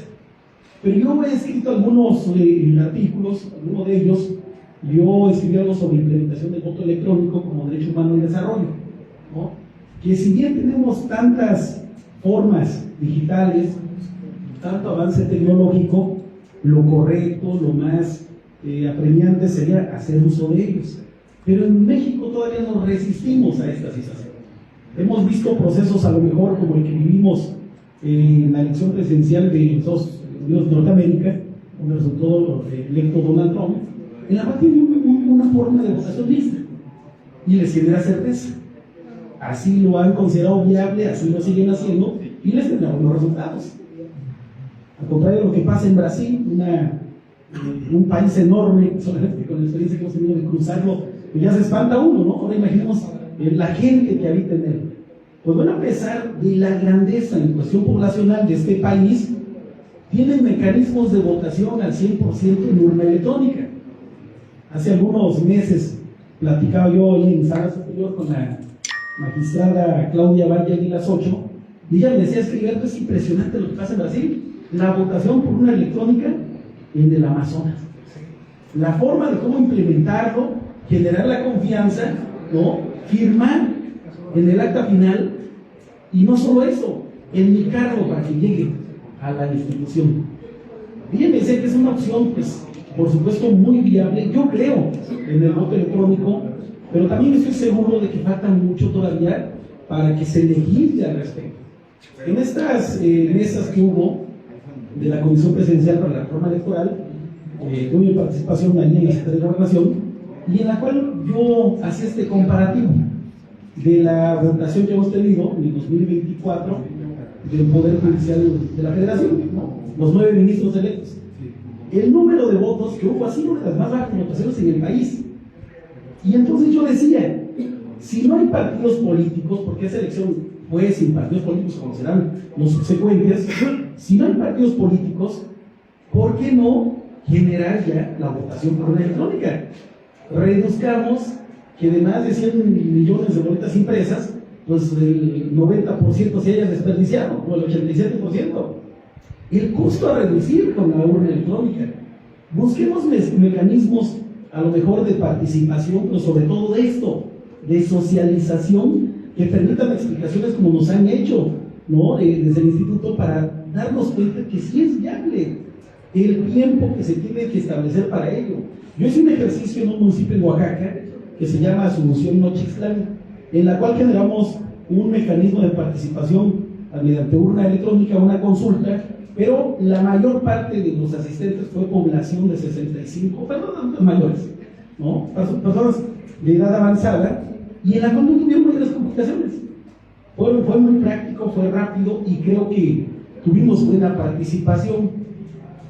Podríamos comentar mucho, pero yo quisiera ir cerrando con algunas breves consideraciones.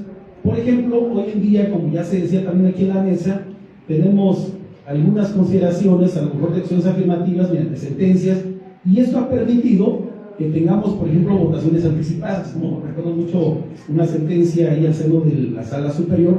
Yo creo que se podría legislar en Tlaxcala ya, para que personas cuidadoras primarias puedan tener el voto por internet, a lo mejor un buen ejercicio que creo que también ha resultado muy válido, ¿no? A lo mejor generar en Tlaxcala ya, no sé si algún porcentaje que pueda generar como un plan piloto o una parte de, pero que ya también haya uso de urnas electrónicas, ¿no? A lo mejor esta parte también de que pues se legisle, como ya se dijo en la mesa también, el voto al sector migrante, que Tlaxcala sea pionero en esos temas, que muchas entidades siguen rezagadas, no solo, creo que la mayor parte de las entidades federativas de México, creo que pondría nuevamente en la visión progresista al estado de Tlaxcala.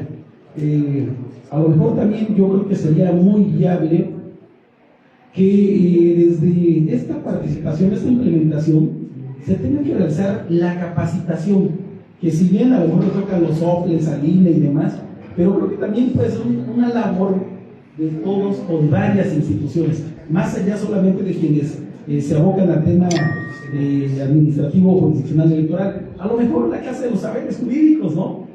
Yo creo que podrían sumarse a la cuestión de la capacitación. Y bueno, yo decía allá en estas mesas de la reforma electoral que creo que hay más beneficios que riesgos en la implementación de la urna electrónica. Que ojalá logramos ir, pues, si no a la par, pero sí no quedándonos tan rezagados con los avances tecnológicos. un sueño, a lo mejor algo utópico, yo decía en la mesa, a lo mejor sería idóneo, con todos los mecanismos de certeza, que tuviéramos una aplicación en el celular que nos permitiera el día de la jornada y desde ahí poder votar. Y me engaño en la mesa, que arriesgada, ¿no? Es muy riesgoso, ¿no? Tal vez no lo sé, pero estoy seguro de algo, que esto generaría mayor participación ciudadana, que creo que es el fin que debe tener, y cuidar, tutelar toda elección. Que realmente la gente vaya, que las personas realmente participen y que tengamos resultados más altos de participación ciudadana. Sería cuanto. Muchas gracias. Maestro, agradezco esas aportaciones tan puntuales que nos hizo. Comentaba usted también de la elección del Poder Judicial. Ayer en la mañanera se presentó el proyecto de iniciativa que va desde la Consejería. Mencionaba la complejidad de lo que se viene por renovar, mencionaba que tenemos pendiente 4 magistrados electorales de la superior, 433 magistrados tribunales colegiados de circuito, en los poderes judiciales locales 424 magistrados, 2.871 jueces en los estados, y mencionaba pues el tema moral, creo yo, que es aplazar la elección judicial al año que viene, y que podría ser concurrente también con la revocación de mandatos, y así se llega a solicitar. Entonces, continuando con el orden, sigue la doctora y amiga, doctora Letia Mezcua, y agradecerle por su visita desde la Ciudad de México. Y adelante, doctora, le subo el micrófono. Gracias, buenas tardes a todas y a todos. Agradezco la invitación. Estoy segura que estos trabajos van a servir para hacer buenas políticas por el respaldo ciudadano. En principio quiero hacer una introducción a 2 distinciones. El primero, sobre qué definimos como voto electrónico y qué es voto migrante, porque son 2 temas que están en esta mesa. En principio, el voto electrónico, permítanme, no sé qué da. El voto electrónico es aquel que nosotros vamos a ubicar a través de la urna electrónica. Y el voto migrante es el que van a emitir nuestros connacionales para el Estado de México. Hay que puntualizar algo que es bien importante. Hay 2 tipos de votos electrónicos que hay. El primero, que depende totalmente de Internet. El que depende de Internet es el que es susceptible de ser hackeado, dañado, alterado, modificado. Y eso ya se ha visto en el estudio. El otro tipo de voto que es el voto por urna electrónica, que no tiene ninguna dependencia a través de Internet. Se hace a través de configuraciones, le decía yo al licenciado. Yo conocí al maestro Miguel Ángel Solís, que tiene unas cajas enormes, imposibles de cargar. Esto ha quedado atrás. Ahora, el voto electrónico, el voto por urna electrónica, tiene una batería de 8 horas que perfectamente se adapta a las necesidades que se va a dar. El voto de urna electrónica, permítanme llamarle así, es un asunto que se ha permitido en nuestro país desde, ustedes no lo crean, desde 1911, en la ley Madero.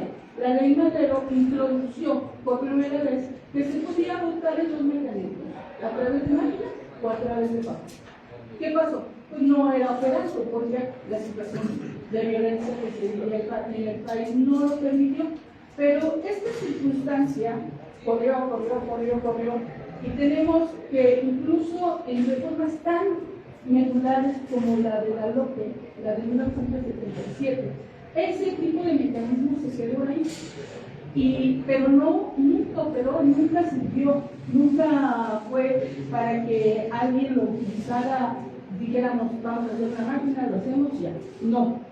Y los antecedentes de estas máquinas, de estas urnas electrónicas, datan desde 1875. En el Parlamento británico se utilizaban unas bolas de bronce, tenían su caja y cada elector le daban 2 bolas, una para votar y para el candidato y otra bola para el partido. Digo, en 1957, no, en otro país, ya son demasiados años que se ha avanzado en ese tema, y creo que la desconfianza se ha ido mirando poco a poco. con esa utilización. Ahora, ¿cuándo se vuelve a permitir que el voto electrónico sea una realidad a través de el federal? Ustedes hicieron referencia al federal. Es hasta el 2014. Porque ahí finalmente señala que sí se puede utilizar. Pero aquí voy a regresarme ahora al voto de los mexicanos en el extranjero, porque son dos caminos, dos vías paralelas que se han transitado distintas. Mientras el voto por urna electrónica estaba normado desde 1911, el voto de los mexicanos residentes en el extranjero se empezó a trabajar desde a legislar en 1996. O sea, vean ustedes la gran disparidad de años que tiene entre un ejercicio y el otro. Ahora, se empezó a legislar en 1996, no obstante, se implementó en el 2005, cuando se hace una reforma al COFIPE y se establece y se adiciona un nuevo libro sexto, en donde viene todo lo de los votos directos. No obstante, este ejercicio de voto para los mexicanos en el extranjero a nivel federal solamente se llevaba a cabo para presidenciales en el 2006 y en el 2014. No, perdón, en el 2006, en el que sigue. 2012, exacto. Gracias. Entonces, tenemos que en el caso de, por el tiempo no les voy a poder decir todo lo que hay, pero sí quiero señalarles que en el caso de la reforma del 2014, que es donde se cruzan los dos temas a nivel federal, en el caso del voto de los mexicanos en el extranjero, se pidió que hubiera una desestabilización permanente, se hizo, se pidió que se les diera su credencial y que además hubiera 3 días de votación. ¿Cuáles son los 3 días de votación? El voto vía postal, que fue el primero que se implementó, el voto vía electrónico y el voto que es a través de unas electrónicas, a través de los consulados o bien a través de internet. Ahí depende de cada uno de los consulados. Y el otro voto, el presencial, que es a través de unas electrónicas. Entonces, la gran masa de nuestros connacionales se ubica en Estados Unidos, pero también se encuentran en Canadá, España, Francia, Alemania y Reino Unido. De acuerdo con el INE, el 97% de nuestros connacionales están en Estados Unidos. Por eso es muy importante poner atención en esa situación.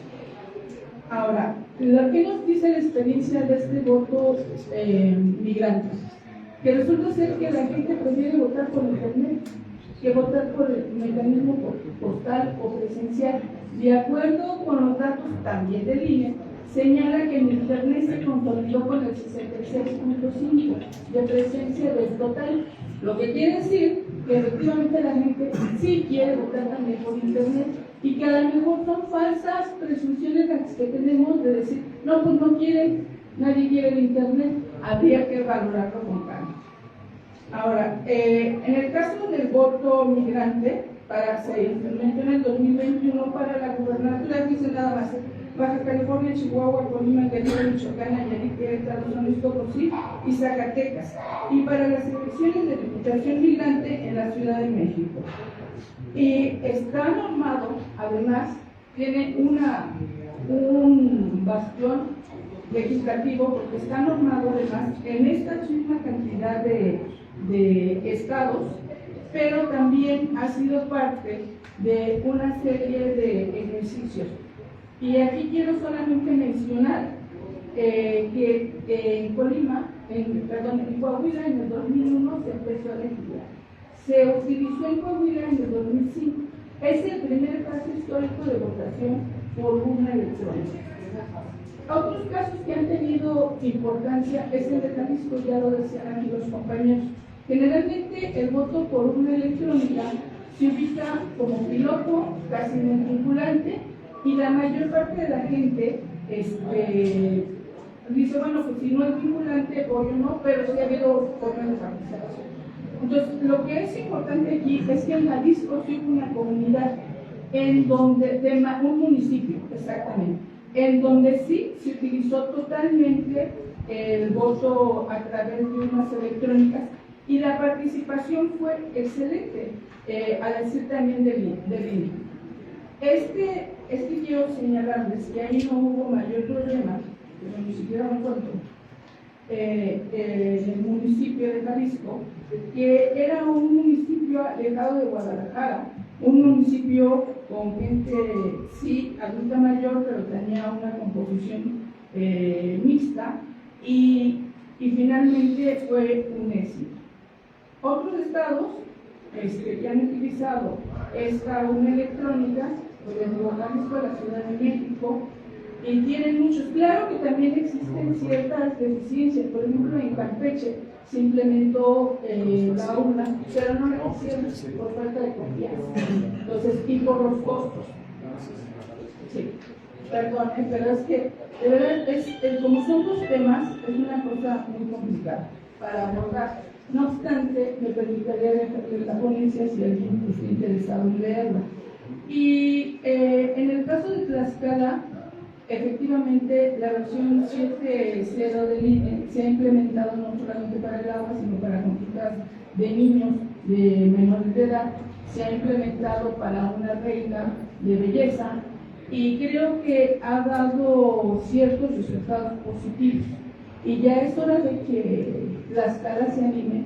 No quiero decir que se anime a llevar el voto a través de urnas electrónicas de manera masiva y de manera vinculante, sino introducirla como se ha hecho en otros estados, en forma de piloto y en forma no vinculante, de tal manera que puedan saber cuáles son los resultados del impacto que tiene. Ahora, respecto al voto migrante, también ya llegó la hora de que Tlaxcala se sume a todos aquellos estados en donde ya está legislado el voto para los diputados y las gubernaturas.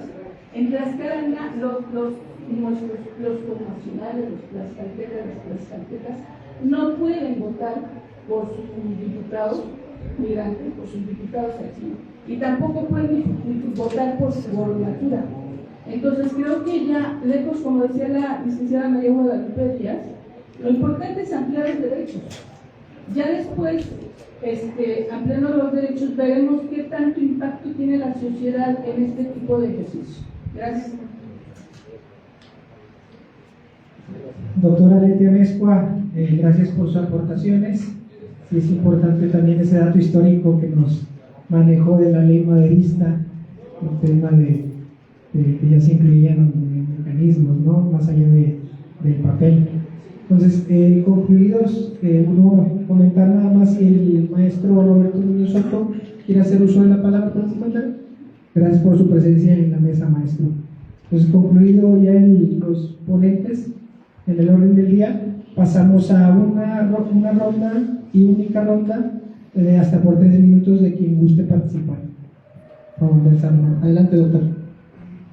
Muchas gracias nuevamente, señor diputado, en su calidad de presidente de asuntos electorales, reconocer ese trabajo que hace. Y me estaba acordando, secretaria, ese asunto, de verdad dije, creo que me tocó, ¿verdad? Sí, y complicado el tema, se nos complicó el tema, pero pues también tenemos que darle solución a la cuestión del sector de la vocación migrante, ¿no? ¿Cómo hacerlo, no? ¿Cómo concebir a los paisanos que se van a un lado, que estaría bien y mandan dinero, por cierto? Las remesas, pues tendrían derecho finalmente a una representación, ¿por qué no? Fue complicado el tema, pero sí fue finalmente la cuestión de estar ahí en la presencia del tribunal, seguir adelante, ¿no? Y creo que llegó el tema aquí al Congreso, pero creo que quedó por acá, ¿no? Pero que nosotros hicimos lo mejor, el esfuerzo de darle representación a este sector de los migrantes. Bueno, quisiera comentar a ustedes también de la famosa Agenda 2030, que de alguna manera, digo, es parte también de la cuestión de las tecnologías digitales. Esa agenda fue hecha en 2015 y sobre todo fue para el periodo de 2020 a 2030. Habría que ver el resultado finalmente que va a incidir en México, en Tlaxcala en concreto, ¿no? ¿Qué tanto avance tiene y qué tanto nos beneficia a nosotros los tlaxcaltecas? Ya están las bases, como dijo aquí mi compañera, ya están las bases, ¿no? Yo creo que esta comisión, naturalmente, con estos foros, con estas mesas, indudablemente que vamos a tener que avanzar, porque no nos queda más que convivir con la tecnología. Eso no tiene marcha atrás, ¿no? Lo veía hace unos meses en el Reino Unido y yo lo quiero ver así. Nos llevan 15 años en ocupar tecnologías, ¿no? Para todo es lo digital, para todo. Se mete uno en y se mete la tarjeta, ¿no? Y estamos cuidando siempre nuestro dinero para que no nos bajen nuestro dinero, ¿no? Bueno, pues hay que entrar, ¿no? Aquí es la cuestión del voto, ¿no? Me estaba hablando de las comunidades indígenas, compañero Heriberto, y bueno, pues también sin quitar su esencia, ellos, bueno, pues que sigan con su mano alzada, ¿no? Sus filas, de viva voz, esencial, pero también que aprovechen esta parte, ¿no? Del voto digital, ¿no? ¿Quién no tiene un aparato, no? Son 90 millones, nosotros que tenemos un aparatito, ¿no? Entonces, el problema lo vamos a resolver cuando ahora, cuando el día de la jornada no queremos ir a votar, porque ya está la fila, ¿no? 1 hora, 2 horas, 3 horas y esperar, ¿no? Temprano y que cierre. Pues aquí está la solución, ¿no? El riesgo, pues siempre la tecnología lleva un riesgo, ¿no? Entonces, pues yo a favor de la propuesta, me está entusiasmado de seguir aportándole, ¿no? Muchas gracias, doctor. Sí, pues lo vimos ahorita en el caso práctico, nos tomó menos de 1 minuto. Entonces, bueno, en esta nueva realidad digital, tecnológica, o como se guste llamar, pues antes de que nos alcance, pues hay que meter mano de ello, ¿no? No solamente para nuestra generación, sino para las generaciones que vienen. Entonces, porque como lo hemos dicho, yo sé que es complejo que el 100% de la población pueda votar, pero pues si en cada elección aumentamos la participación ciudadana, pues eso vendría siendo también una buena señal. Entonces, adelante, ¿quién más gusta hacer uso de la palabra? Adelante, licenciado José Luis. Gracias. Para aclarar algunas dudas que tenían algunos exponentes. Primero, el software es patentado ya por el instituto, no es de ninguna empresa privada, es de la institución. Costo ronda entre los 18 y 20 mil pesos por equipo. No requiere internet, por lo tanto no está expuesto alguno. Tampoco les pedimos datos personales. Es un procedimiento como si fueran a la casilla, entregan su credencial de elector, revisan si están en el listado nominal, si están, tienen derecho al voto. En lugar de entregarles una boleta, se les entrega la tarjeta que no tiene ningún dato personal de nadie, sino es nada más para activar su votación. Votan, nos regresan la tarjeta y les entregamos la credencial del elector. Por lo tanto, el presidente de mesa de casilla sería el responsable de utilizar las tarjetas. La otra es, tiene una batería que tiene una carga de 8 horas, por lo tanto nos puede garantizar la operación durante toda la jornada electoral. El mantenimiento y la capacitación, efectivamente, pues es la estructura del instituto, la Dirección Ejecutiva de la Organización Electoral, a través, en este caso, el funcionario de la Mesa Directiva de Casilla, es a quien se le capacitaría para operarla. La verdad es que tampoco requiere mucho mantenimiento, nada más hay que estar pendientes en la votación del rollo de papel térmico, y creo que es lo básico. Se puede utilizar en el Poder Judicial, quizás. El diseño de la boleta, si bien es cierto, el diseño institucional, pero fue con los elementos que estableció la propia reforma electoral, ¿no? Del Poder Judicial. Entonces, el número de candidaturas y demás fue determinado por el Constituyente permanente. Finalmente, hay trabajos que está haciendo el Instituto Nacional Electoral. Creó en 2023 un grupo interdisciplinario para presentar a la Comisión de Organización Electoral, a más tardar el 24, la estrategia institucional de voto electrónico. En marzo presentó sus resultados y un informe preliminar.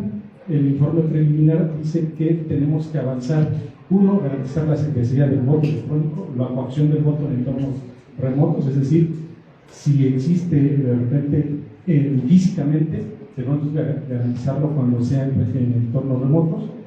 Debemos evitar la suplantación de identidad, la transparencia y comprensión de la ciudadanía del sistema, es decir, que le sea muy legible y que pueda votar muy fácilmente.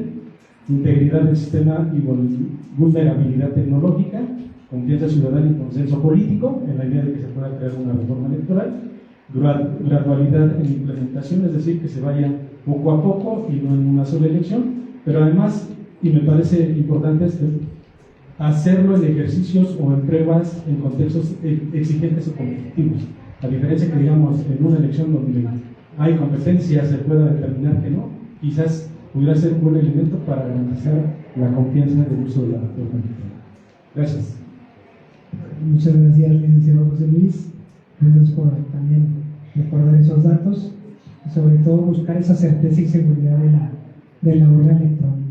Entonces, ¿alguien más que quiera hacer uso de la palabra por primero por derecho? Adelante, maestro. Bueno, yo solamente quiero volver a reiterar mi reconocimiento por esta labor que hace el Estado. Creo que es una gran forma de cómo también incluir y considerar diferentes perspectivas. Y nada más concluiría con esta parte de decirle que las bases legales están dadas con la más reciente reforma electoral y en el artículo 35 de la Constitución Política de los Estados Unidos Mexicanos. Se estableció que el Instituto promoverá la participación ciudadana en consultas populares a través de medios físicos y ahora ya le agregan y electrónicos. Ojo, se queda en consultas populares. En Oaxaca acabamos de vivir un proceso de revocación de mandato que yo creo que si algún día llegara acá, valdría la pena a lo mejor darle certeza a ese tipo de participaciones ciudadanas democráticas para que se incluya también el tema de la urna electrónica. Yo creo que generaría confianza y credibilidad, a diferencia de lo que pasó en Oaxaca. Y bueno, ¿por qué no? Las elecciones que tengan a lo mejor a gubernaturas, a diputaciones locales o a los mismos ayuntamientos en Tlaxcala. Muchas gracias.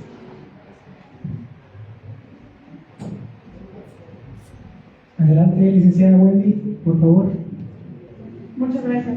Nada más para recordarles que, como les explicaba al inicio, no nada más sirve para hacer elecciones, hacemos consultas, podemos hacer encuestas, invitarlos, ¿no?, a ustedes en el Congreso, a la Universidad de San Juan, para todas las, cualquier ciudadanía que esté interesada en usar la urna electrónica para hacer cualquier tipo de ejercicio, pues estamos a la disposición en junta local, en las 3 juntas distritales de INE. Es muy fácil, nada más llegan o nos mandan un correo electrónico solicitando el tipo de ejercicio y nosotros nos ponemos en contacto. Gracias. Licenciada Wendy, muchas gracias por esa disponibilidad. Maestra Elizabeth, que se el uso de la palabra hasta por 3 minutos. Gracias, diputado. Pues como Instituto Tlaxcalteca de Elecciones, pues solamente reconocer el trabajo de estas mesas ciudadanas. Creo que son muy importantes, ya lo comentaba el doctor, en algún momento nos tocaron obviamente trabajar de manera conjunta el Tribunal, el Instituto Tlaxcalteca de Elecciones, pues en temas como este y muchos otros temas que están trayendo ahorita a la mesa, ¿no?, a las diferentes mesas. Entonces, reconocer ese trabajo y por parte del instituto, pues presentar esta disponibilidad que hemos venido estando.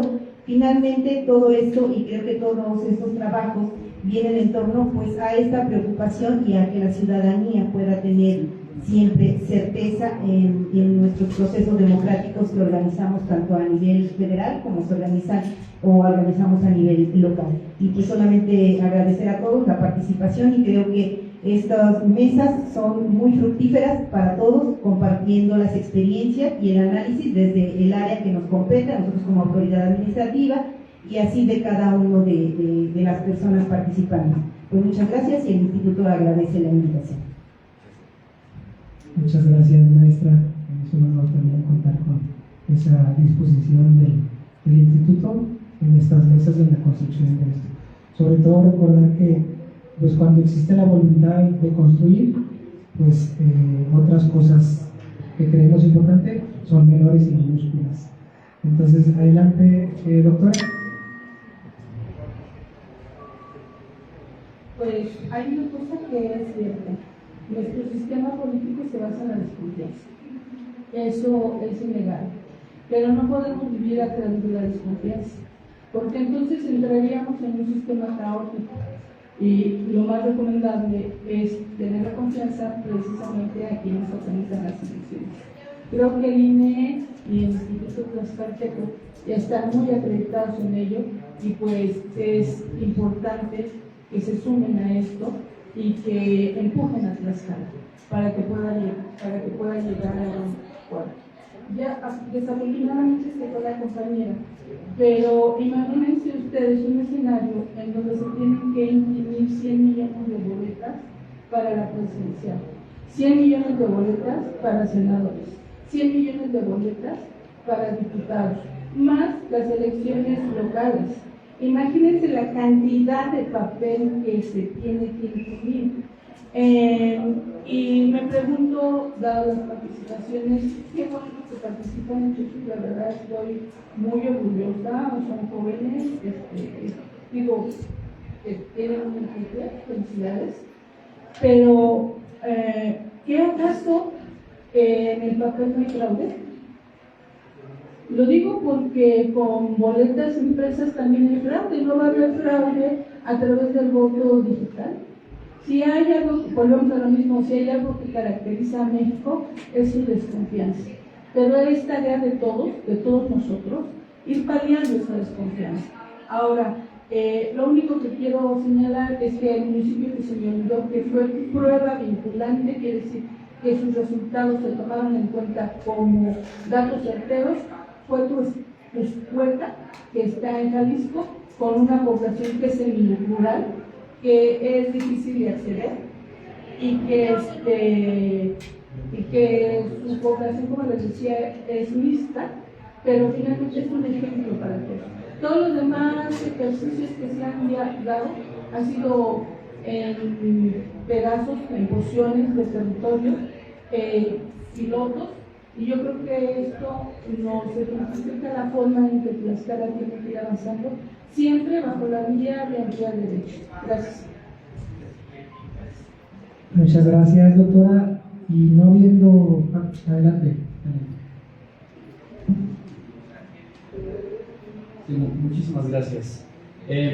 Hay una realidad muy cruda y también me parece muy triste al momento de analizar cómo funcionan los procesos electorales y las estadísticas finales que nos generan pues estos procesos tanto concurrentes a nivel federal como a nivel local. Y esto es que, bueno, ya en diversas ocasiones nos hemos dado cuenta cómo los procesos electorales, su nivel de participación general, bueno, al menos a mi consideración es baja.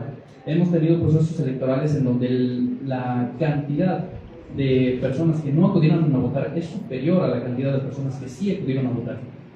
Y uno de los principales sectores poblacionales que se ven afectados por este desinterés ciudadano es precisamente las juventudes.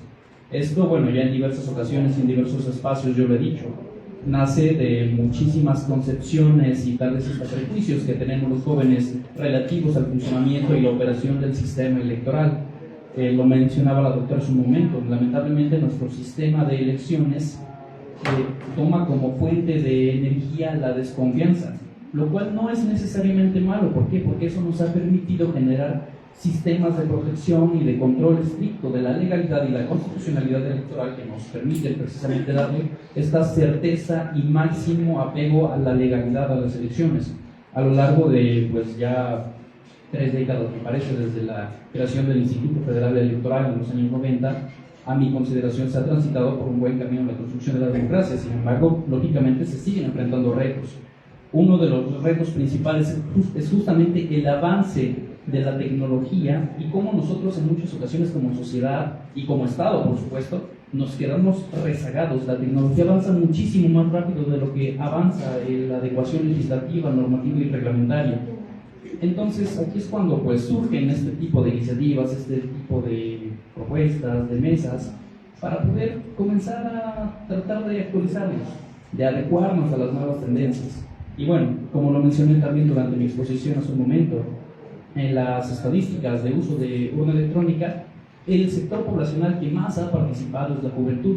Entonces, si tenemos una población que pues participa poco, una juventud que participa aún menos, y ya tenemos el dato de que la implementación de urnas electrónicas aumenta la participación ciudadana y sobre todo desde la juventud, creo que es una acción necesaria que se tiene que implementar para que pues la participación sea de todos, porque al final de cuentas, entre más personas participen, mejores resultados tenemos. Hay un mayor nivel de acercamiento democrático de nuestra población y creo que eso indudablemente nos permitiría alcanzar una mejor democracia y un mejor país. Muchísimas gracias.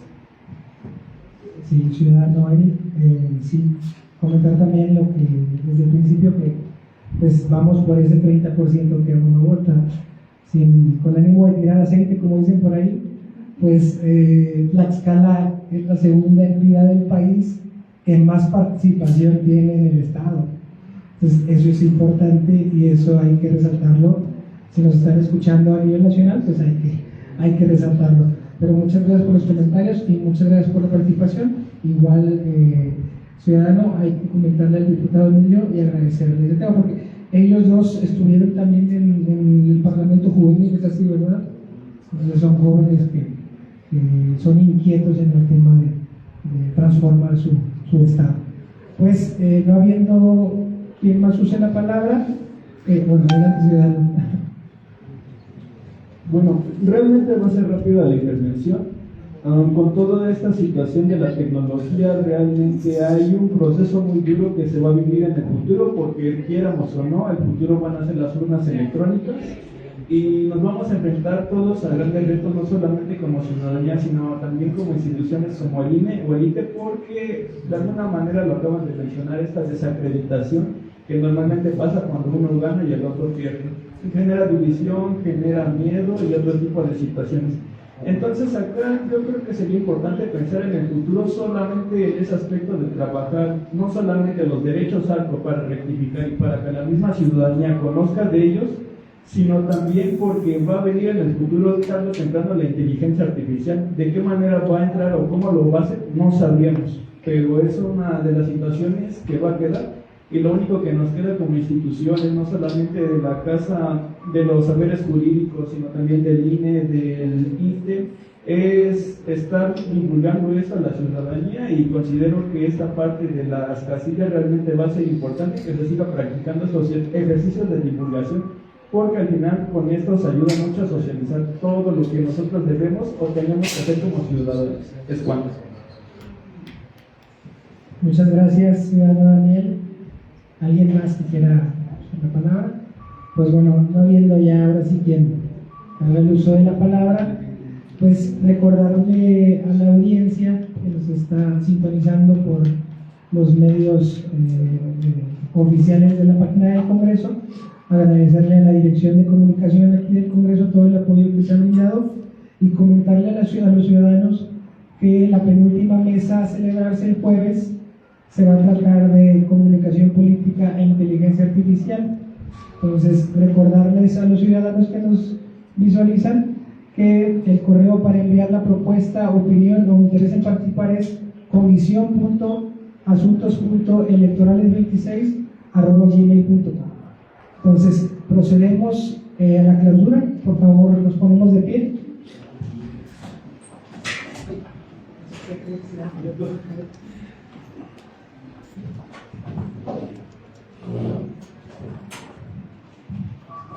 Agradeciendo a todos, siendo las 14 horas con 17 minutos del presente, damos por clausurados los trabajos de esta mesa para la construcción de reforma electoral en el estado de Tlaxcala 2026. Enhorabuena y gracias por todo. Les pido un aplauso, por favor. Y por último, ya para entenderlos, una foto oficial. Y listo.